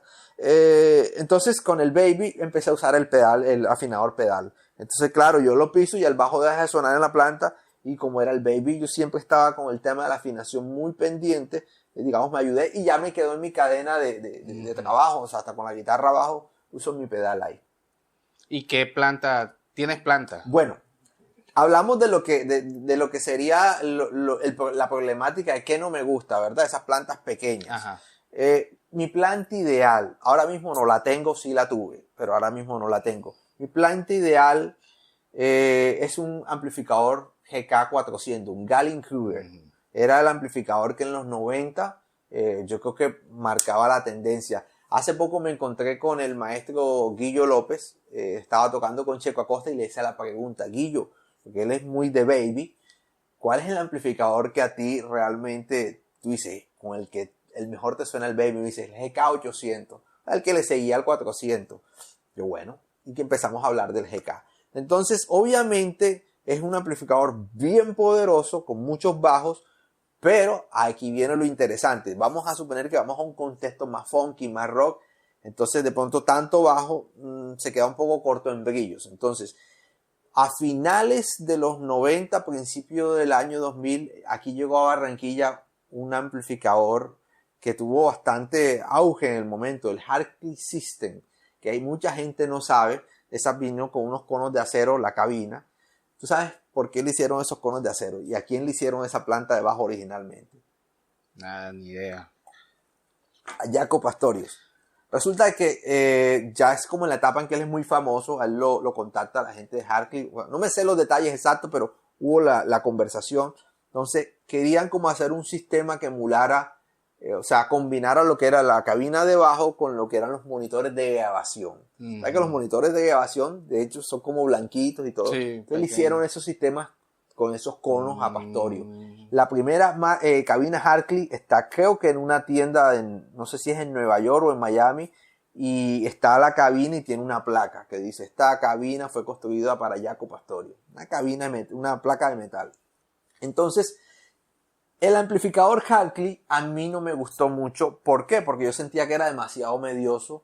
Yo decía, si yo necesito tocar música con peso, que me arrope el bajo la banda, tenía que poner casi que una B en el ecualizador paramétrico y resulta de que no me gustaba el sonido. Un día fui a tocar, yo no sé si yo llevé el GK o estaba ahí, no sé, pero era la cabina del parlante más grande, los cuatro arriba, todo de cono de acero, pero en vez de la cabeza Hartley, el Gallien-Kruger. Okay. Te cuento que esa combinación es exquisita porque, claro, era peso, unía las dos. Claro, la fuerza del Gallien-Kruger con los medios y los brillos del Hartley. También me gustó mucho la mesa Boogie, la tuve. De hecho, te voy a pasar una foto donde estoy tocando con ella. El GK400 Gallien-Kruger y la cabina mesa Boogie. Igualita a la que tenía Flea, así la tuve. Esa cabina, yo creo que no he tocado una cabina de bajo que suene como la mesa Boogie. Es lo mejor que he tocado. Y pues la he tenido. Ahora mismo no la tengo. Ahora mismo no tengo planta de bajo. Pero la tuve. Sí. A mí, bueno, yo tuve una experiencia al principio y me marcó con esas cabinas y me quedé con esa planta que es la Fender Rumble. También la tuve. A mí me gusta también, aparte que el sonido me gusta, es por lo que no pesa y es tan portable. Entonces, para mí me es fácil. Coge mi bajo, coges la plantica, sí. yo tengo la 100 y con esa me voy y para lo que yo he hecho me vale. Hace poco estuve hablando con el maestro Juan Carlos García. Hay una parte que todavía me falta por explorar porque me llamó la atención que él estaba hablando como de, digamos, no son pedales de efectos, pero como que emulan cabezotes y hay unos que funcionan como caja directa.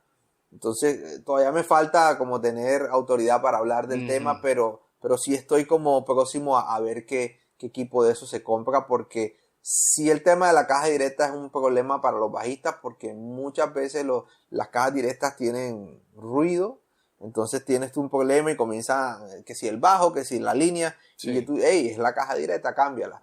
Entonces estos creo que ya funcionan como caja directa y me imagino que si no hay amplificador o no hay una muy buena planta, ya también te ayudan a tener un 70% de un sonido compacto. Tienen hieres que entonces emulan ese sonido de una mejor manera, porque yo tengo un pedal, pero es como más básico y en realidad lo único que le pongo es un ecualizador, un compresor y un limitador ahí de ruido y tal, así sí. Ya, para no meterle tanta cosa.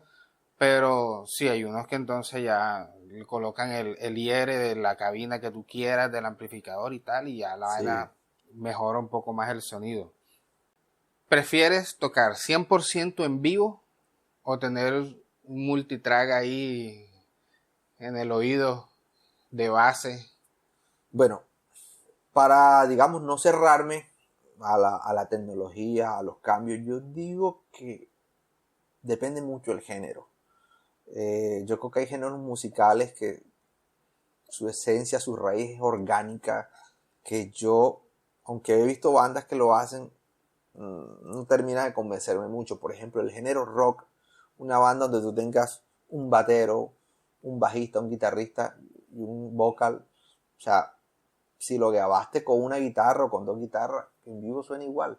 O sea, tú escuchas a David Sumer, lo dijo en unas declaraciones, los hombres tocan en vivo como tocan en estudio, o sea, son los mismos instrumentos y tienen la libertad de que si quieren alargar solo lo alargan. Cuando tú tocas con una máquina, con un multitrack, prácticamente todo está programado. Ahora, vámonos a la otra parte, porque como te digo, se trata de coger de los dos mundos. Yo creo que si estás en un proyecto donde, no sé, hay una parte donde hay unas cuerdas y tú en vez de hacerlo con un piano, no sé, de pronto tienes el track de la sinfónica y quieres soltarlo, o unas guitarras acústicas, yo creo que es válido, pero de pronto un género más como el pop, que tenga más como ese sonido rock pop, como más hacia lo electrónico, se puede prestar, no sé.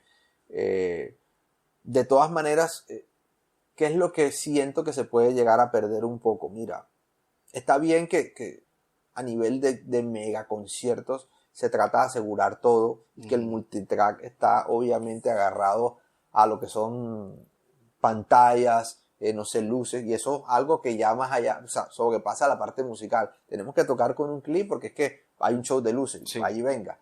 Pero ¿qué es lo que veo ahora? Que sí, no sé, o sea, cuando transmiten ahora los músicos, ahora resulta que se escucha la voz de la persona que está dando la guía, pero prácticamente yo digo, ellos no se estudian las canciones porque es que todo es guía, o sea, que ahora se goza. Porque Ajá, sí, pasan sí. 4 compases y está alguien hablándote como, ojo, que viene el corte, y es Sí. tan, tararán, tan, tan, tan, bueno, vamos, 1, 2, y así es Sí, toda la presentación. O sea, sí. yo no sé, esa parte creo que es como que trataría, si yo estuviera a cargo de la dirección de una banda, trataría que eso fuera algo muy puntual e incluso se lo diría a personas que lo necesitaran realmente, de pronto el cantante o algo así, que ellos de pronto son los que, pero si ya me tocara escoger, pues yo creo que 100% en vivo siempre. Ahora hay algo, Randall, y es, si eres pero tan perfeccionista al 200%, vas a escucharte igual a la grabación original. Entonces, ¿para qué Ajá, haces un DVD en vivo? El ajá. DVD en vivo tiene que tener algo orgánico. Y un día le escuchaba al maestro Ricardo Fábrega decir,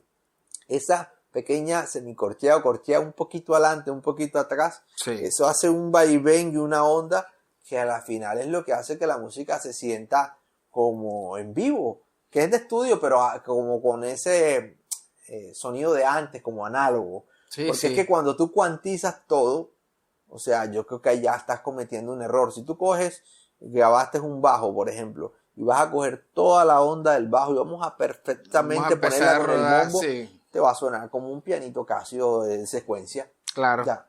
Entonces yo creo que esa no es la idea. Eso empecé a entenderlo cuando una vez escuché una canción de Red Hot Chili Pepper, creo que es Around the World, esa que está Ajá. creo que al final tiene el bajo que va como un poquito con el tiempo, una cosita. Y yo al principio como que, oye, está corrido. Sí, Pero sí. ya después entendí eso. O sea, ese tipo seguro que hizo eso en una sola toma y no se iba a poner a recortar. No, no. Así como Se quedó, así pierde el va. orgánico. Sí, Sí, se sí, pierde. Entonces, eso. gusto personal, 100% en vivo. Ya situacionalmente me acomodo y con lo que definitivamente no estoy de acuerdo es con exceso de micrófono ahí interno. O sea, como que tratemos de gozar. Que tenga Eso. algo en vivo la cosa. Que fluya y se conecte Que se con lo que conecte, esté exacto, en el exacto. momento. Sí. Eh, Otra preguntita también, no sé, ¿qué piensas así por encimita de la IA, que ahora es muy de moda y que también ya se metió con la música y veo mucha gente haciendo páginas que Ok, tú le pones una letra o le escribes ni siquiera la letra, le escribes sí, el tema de conversación y le dices qué género quieres y te genera enseguida. exacto. Bueno, mira, mi opinión ha ido cambiando, ha ido mutando y creo que en este punto tampoco tengo una opinión absoluta y creo que va a cambiar. La primera opinión fue de negación total. Obviamente, mira, le están robando digamos, el talento a las personas. Pues claro, la primera cosa que vi con la IA fue como representación de fotos o de ciertos estilos en la parte visual basados en tales artistas. Sí, también. Pero después me puse a pensar algo y te voy a poner el ejemplo cuando se va a hacer una película. Cuando se va a hacer una película, vamos a suponer que vamos a hacer una película de acción. Uno se toma referentes. Entonces, tu película de acción, no sé, buscaste una película de Stallone, una de Schwarzenegger, y dices, bueno, aquí vamos a manejar estos movimientos de cámara como hizo este director. De hecho, hay películas galardonadas con Óscares donde pues hacen con el making of y muestran la escena de la película y muestran el referente que tomaron, sin ninguna pena. No estás ni tomando ¿cómo se dice? Los diálogos de la otra película y ponérselos acá, ni estás ni siquiera tomando, no, simplemente estás basándote. Entonces yo me puse a pensar, bueno, si me estoy basando y realmente no estoy replicando, ¿hasta qué punto es plagio o no es plagio? Fíjate que ahora es tendencia a los estudios Ghibli. Ajá. Y resulta que un amigo que de pronto tú conoces, Oscar, es escritor, colocó como la inquietud para que uno opinara, y yo le dije, mira, no sé realmente hasta qué punto puede ser. O sea, sí entiendo que el viejito se mató toda la vida creando su estilo, y obviamente que no le den ni un dinero, no le reconozcan algo, y como que a buenas a primera todo el mundo puede hacer estudio Ghibli, entre comillas. Sí. Pero por otro lado me puse a pensar, bueno, es una técnica. No le están robando los diálogos de la película, no le están metiendo un personaje en su película, simplemente es una técnica. Es decir, que yo con mis propias manos también puedo pintar con esa técnica, porque es que al final mi pregunta es si es una técnica que ya está patentada y solamente la puede usar él, o es algo que ya tendríamos que preguntarle a Boris o alguno de ese combo sobre temas de cómics que ellos saben más que nosotros y sobre 2D. Pero vamos entonces ahora a la parte musical. Fíjate, si yo tengo una temática, pues, y yo le digo a la IA, mira, quiero crear una canción con estas palabras claves o esta temática, o tengo esta canción, mejórala. ¿Hasta qué punto está bien? ¿Hasta qué punto está mal? O sea, realmente yo creo que el tema es cuando socialmente nosotros no miramos hacia dónde apunta todo para que haya un bienestar colectivo. ¿A qué voy? ¿A qué voy? Cuando tú eres el director de una banda, tú estás ganando dinero, puedes llegar a tener fama, pero de la misma manera es proporcional tu éxito con las personas que te rodean. O sea, si tú llegas a tener mucho éxito, le vas a proporcionar trabajo a más gente, porque ya no solamente tienes a los músicos, tendrás equipo de video, maquilladores, sastres, los que viajan hasta con la gente que le hace la comida, ¿no? Los chefs. Entonces, fíjate, todo lo que el éxito tuyo impacta. Entonces, ¿a qué voy? Que si buscas la manera de que un sistema tecnológico te haga el trabajo que deberían realizar las tareas a otras personas, le estarías quitando el trabajo a esas personas. Entonces, como sociedad, ¿hacia dónde vamos? Por ahí no sé si fue Elon Musk o dijo algo como que, bueno, si la inteligencia artificial desplaza a todo el mundo, tendrían que ponerle como un subsidio a todas las personas que no van a trabajar. No sé si tú recuerdas la película de Wall-E de Pixar. Ellos terminan como en un crucero en el espacio porque ya la vida se volvió insostenible ambientalmente y los tipos se pusieron gordos dentro del crucero espacial porque no hacen nada. Todo lo hacía ya la computadora. Entonces, también hay un tema de salud, Randall. Todo lo que tú dejas de poner en funcionamiento se atrofia. Tú dejas un bajo ahí guardado y le cae hongo, es mejor que se lo prestes a un amigo que lo cuide y que lo use. Cuando te lo devuelva, el bajo creo que va a estar en mejores condiciones que guardado. Sí. Entonces, ¿qué pasa? Si dejamos cada vez de pensar menos y se lo vamos a poner a una computadora, nos vamos a volver, no sé, unos seres tontos. Sí. Yo recuerdo que mis papás me decían, en la época de ellos y de sus papás, la gente se aprendía los números de teléfono de memoria. Sí, es verdad. Mi mamá me decía que ella tenía no sé cuántos números de teléfono aprendidos de memoria. Y yo no me sé, a veces, lo voy a confesar, a veces no me sé ni el celular de mi esposa, a veces dudo del número. No porque no la quiera ni no la ame, sino que es que yo la tengo guardado con el nombre. Claro. Y cada vez que voy a hablar con ella, nada más uno la tengo guardada como amor. Sí. Amor. Entonces, claro, me pongo a dudar porque es algo que diariamente no estoy repitiendo el número, no tiene nada que ver con amor. Sí, claro, Entonces, si no ponemos a pensar, si no podemos a repetir las cosas, las cosas se atrofian. Entonces, caramba, yo creo que aunque, no sé, encontremos el sistema que ya no tengas que tocar el bajo porque lo hace una inteligencia artificial, yo en mi casa cogeré mi bajito y haré mis notas de calentamiento todos los días. Yo digo que hay que saber utilizar eso al favor de uno. O sea, eso es una herramienta, como todo puede ser para bien o para mal. Ya depende de ti cómo la tomes, cómo la absorbas, cómo te adaptes tú a los nuevos, porque igual todo va cambiando. Hace unos años podemos decir de todas las cosas que fueron creándose, el LP, entonces que después el CD, y todo fue un cambio que fue un choque, pero al final nos fuimos adaptando. Yo creo que es lo mismo que habría que hacer, irse adaptando a esas nuevas tecnologías. Y es que hay que tener hay una cosa que no hemos dicho hoy, es que una cosa es hacer arte para, digamos, como para uno en la casa, y otra cosa es hacer arte profesionalmente. Sí. La manera de abordar las cosas es muy diferente. Entonces, porque exista programas de pintura digital, no sé, Photoshop, lo que haya, no quiere decir que hoy en día no hayan pintores tradicionales, todavía se sigue pintando al óleo. Entonces, ¿qué pasa? Si mañana más tarde resulta que la música cambia porque todo lo va a hacer una inteligencia artificial, eso no quiere decir que tú en tu casa no sigues cogiendo tu guitarra y te sientas con tu esposa ahí a hablar y a tocar un rato o a escuchar música, independientemente de lo que pase en el mercado. Y por eso yo decía que más allá del tema monetario hay una cosa que es la pasión. O sea, lo que hagas tiene que ser que te apasione. Entonces, si a ti te apasiona la música, aunque ya en el futuro tengas no bandas sino unos robots, pues tú invitarás a tus amigos a tu casa a tocar igual. Sí. Ya, entonces pasión.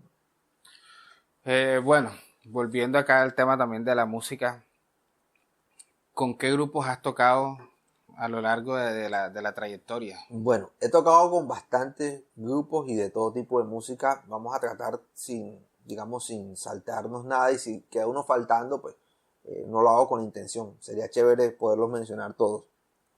Empecé en la banda del colegio, ¿verdad? El primer grupo profesional con que toqué se llamó Nueva Generación.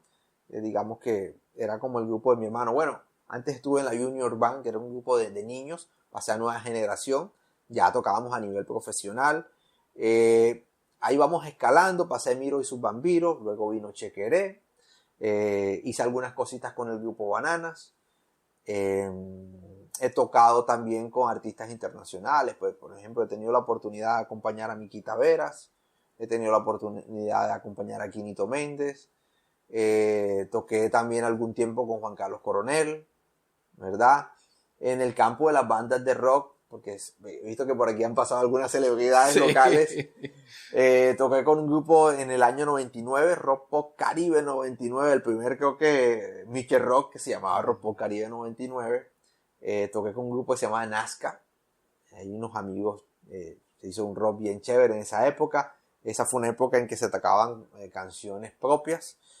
Y con otro grupo que alcancé a tocar, un grupo que se llama Luca. Ahí estaba William Ruiz, Gilberto Santamaría.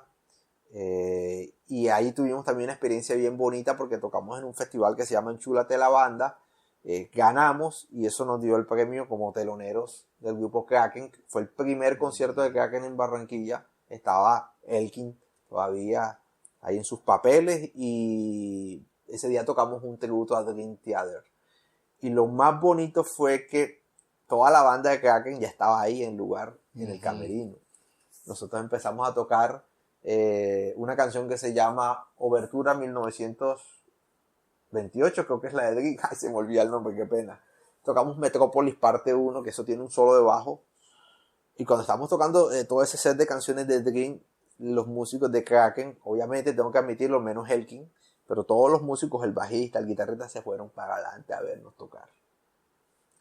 Y eso fue una experiencia bien bonita. O sea, no fue algo como quedaron con los partidos. Jamás. Sí. Al contrario, fue una experiencia más como de unión, acercamiento, claro. Y de ahí hacia adelante hice una muy bonita amistad con con Lucho, el bajista de Kraken. Hace poquito estuvieron tocando acá en Barranquilla y estuvimos recordando más o menos esa época. Chévere. Sí. Bueno, normalmente yo cerraba con una pregunta, pero ya tú te lo habías adelantado, que era, ¿qué consejo le dabas a tu yo de los inicios? Sí. De pronto todavía tienes algo más que decir. Uf. Perfecto. En lo musical, a mi Ricardo de los 80, le diría al principio de los 90 que aprendiera piano. El piano es fundamental, es la base armónica, y se lo digo a todos los músicos, no solamente ese Ricardo. No importa el instrumento, no importa si eres cantante, no importa si eres guitarrista, no importa si eres bajista. En la medida que tú más conozcas el piano, mejor instrumentista vas a ser, vas a tener un mejor conocimiento armónico. Ese es el consejo que le daría al Ricardo músico, ¿verdad? Al Ricardo artista 3D, sí, audiovisual, cuando estés en el colegio, por favor, tómate más en serio el inglés, y cuando salgas sigue estudiando inglés. Súper, súper importante en inglés. Y los que somos ya de esa generación, modelo 80, 82, no a todos se nos da el aprendizaje del inglés tan fácil. Sí, ese consejo también me sirve a mí, porque yo en el colegio, yo me volaba de esa clase, no me gustaba. Y hice los cursos de colegio, de la universidad también, normal. Y cuando me presenté a la empresa ya a trabajar, me entregan un libro en inglés de unos tecnicismos. Y yo me quedé, Dios mío, ¿yo ahora qué hago? O sea, mi nivel de inglés no era como para sentarme a leer. Y eso fue tortuoso esos primeros meses, porque claro, eso era un choque. Sí. Y yo decía eso como que, yo hubiese aprendido más inglés, o le hubiese dicho a mis padres, métame un curso de inglés, claro. O sea, ahora yo estuviera... Y fíjate algo, o sea, las cosas que te he dicho, que le diría a mi yo del pasado, es las cosas que quizás no hice. Porque las que hice y me salieron mal son necesarias, claro, para que aquí esté sentado el que es Ricardo, el de hoy. Sí. Porque cuando nos equivocamos aprendemos de los errores. Y eso nos va volviendo mejores seres humanos. Sí, sí, claro. Es que uno ve la victoria, pero no ves cuántas derrotas hubieron antes para poder llegar hasta acá. Porque no fue que yo me levanté un día, cogí el bajo y de un momento a otro ya yo estoy tocando con Chequeré, por ejemplo. No, eso no va a pasar. Claro. Tú tienes que ir un proceso, y cada proceso lleva sus alegrías, sus derrotas y todo. Y va a llegar un momento donde ya te va dando fruto. Claro, y hay algo que de pronto tampoco me preguntaste, y es, tanto en lo musical, lo artístico, como cualquier área, tarde o temprano traten de buscar su propio sonido, su propia identidad. O sea, yo empecé escuchando a Pastorio, al Papa, a Fábregas, a Juan Carlos García, pero a la final yo digo que yo seré el resultado de meter todo eso y mezclar todo eso, para que cuando tú interpretes algo, pues realmente suene honesto. ¿Cuándo no suena honesto? Cuando suena como si tú estuvieras leyendo. O sea, Ricardo aquí estaba hablando, pero tenía un texto aquí, suena leído, ¿verdad? Entonces, sí, así suena la música también cuando no es honesta. Tú estás tratando de emular a un bajista. O sea, yo jamás voy a poder sonar como Yaco. Jamás. Sí, claro. Y cada quien, Dios, no sé, le dio un poquito. A ti te dio algo que te hace especial. Tú eres Randall y a nadie va a poder tocar como Randall. Entonces, eso que te dieron a ti, cada quien que lo coja y lo trabaje desde ahí, saque su propia voz interior. Porque a la final, mi esposa, estábamos hablando ayer y me dijo esta frase y se me quedó, me la traje ahora hoy. Es una extensión de tu cuerpo. Ella cogió, creo que fue mi bajo, estábamos hablando de algo de eso. Y eso, tu bajo tiene que convertirse en la extensión de tu cuerpo. Pastorio, pues es un vivo ejemplo de eso. Por eso le quitó los trastes, porque en el momento no habían, creo que, bajos con trastes. Dijo, bueno, quiero hacer un sonido único. Este es un instrumento que yo creo que ahorita, en pleno 2025, está un poquito como, ¿cómo le dicen? Subvalorado. Sí, subvalorado. Porque hay tanta música que se le podría meter. Nadie, por ejemplo, del gremio vallenato ha dicho, vamos a meterle un bajo sin traste. Nadie. Y hay cosas que se pueden explorar. O vamos a meterle un baby baja al vallenato.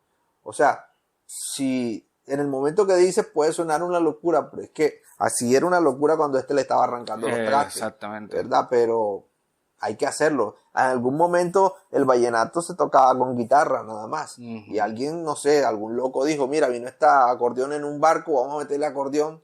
Y me imagino que es el momento, ¿qué está hablando? Sí. Entonces, pero hay que hacerlo. Entonces, yo creo que la búsqueda tiene que ser constante. Nuestra música tradicional todavía pienso yo que puede recibir lo que tú quieras. Sí. Lo que tú quieras. Entonces, yo creo que hay una invitación a los distintos músicos de todos los géneros acá en locales, sean rockeros, sean de jazz. Ojalá nos pudiésemos unir más y hacer más música. Ahora lo necesitamos más que nunca, que la música en vivo vuelva a por lo menos estar ahí. No que vaya a competir ni a ganarle a la IA ni a la tecnología, no. Simplemente que tenga su espacio para sonar. Que tú digas hoy sábado vamos a escuchar un grupo de jazz o vamos a ir a ver un grupo de rock en vivo. No que llegues a un restaurante y estés reducido a una persona con un piano. Sí. Claro, claro. No estoy en contra de eso porque se está ganando su comida. Sí, está trabajando, normal. Pero que haya espacio para todo, que también puedas encontrar un músico, un grupo completo de rock tocando. Sí, concuerdo. Bueno, Ricardo, pues gracias por haber aceptado la invitación. Estoy seguro que quedaron muchas cosas más pendientes ahí, que muchas otras experiencias, anécdotas que creo que esta no va a ser la última vez que estés aquí. Entonces van a quedar ahí en el tintero para unas próximas ocasiones, por ejemplo, hablar sobre ya esas experiencias que tuviste con estos grupos que tocaste. Entonces ahí yo sé que hay bastante material que cortar. Anécdotas. Sí, bastante. Entonces, muchas gracias por haber aceptado la invitación, por venir a compartir tus conocimientos, tus experiencias, esos consejos que son valiosos. Una persona que tiene una trayectoria larga y que se ha hecho un buen nombre en el gremio tanto musical como también como artista 3D. Entonces, como te dije, bueno, esperemos que vengas otra vez. No, el honor es mío, créeme que estoy súper agradecido porque uno nunca, a pesar de que tenga muchos o pocos logros, uno nunca se termina creyendo las cosas que a veces uno es. Entonces cuando me invitaste, yo dije, bueno, pero yo qué tan importante soy como para estar en un podcast. Entonces te agradezco mucho, te felicito por la labor que estás haciendo de poder a las personas que estamos tras bambalinas casi que todo el tiempo, sí, músicos, instrumentistas, sonidistas o todos los que hagan parte de un staff, traerlos adelante. Eso me parece súper importante. De alguna manera contar la historia de lo que se está haciendo. Hablábamos detrás de cámaras y en algún momento los músicos que son emblemáticos como el maestro Fábrega, como el maestro Over pudiesen estar acá, sí, y que la gente conozca lo que ellos hicieron. No, ellos están en mi lista y esos son unos pendientes que quisiera traerlo aquí. Y bueno, ¿qué te digo? Las veces que tú me quieras invitar, es más, tenemos que sacar ya un debate para traer a varios aquí a la mesa. Eso es una idea que también ya me han dado y que es interesante. Que yo voy a estar ahí. Sí lo voy a hacer. Eso va a ser con mucho gusto. Una mesa redonda donde va a haber varios debates, pero sí. Entonces chévere. O sea, de verdad súper agradecido, súper contento me voy. Los compañeros que no han pasado, que vengan, que la atención es bien chévere, y no, lo que tú necesites, aquí estaré siempre. Bueno, muchas gracias a todos por haber visto el video. Si les gustó, pueden compartirlo, darle like, suscribirse al canal. Recuerden que esto fue Backstage. Nos vemos.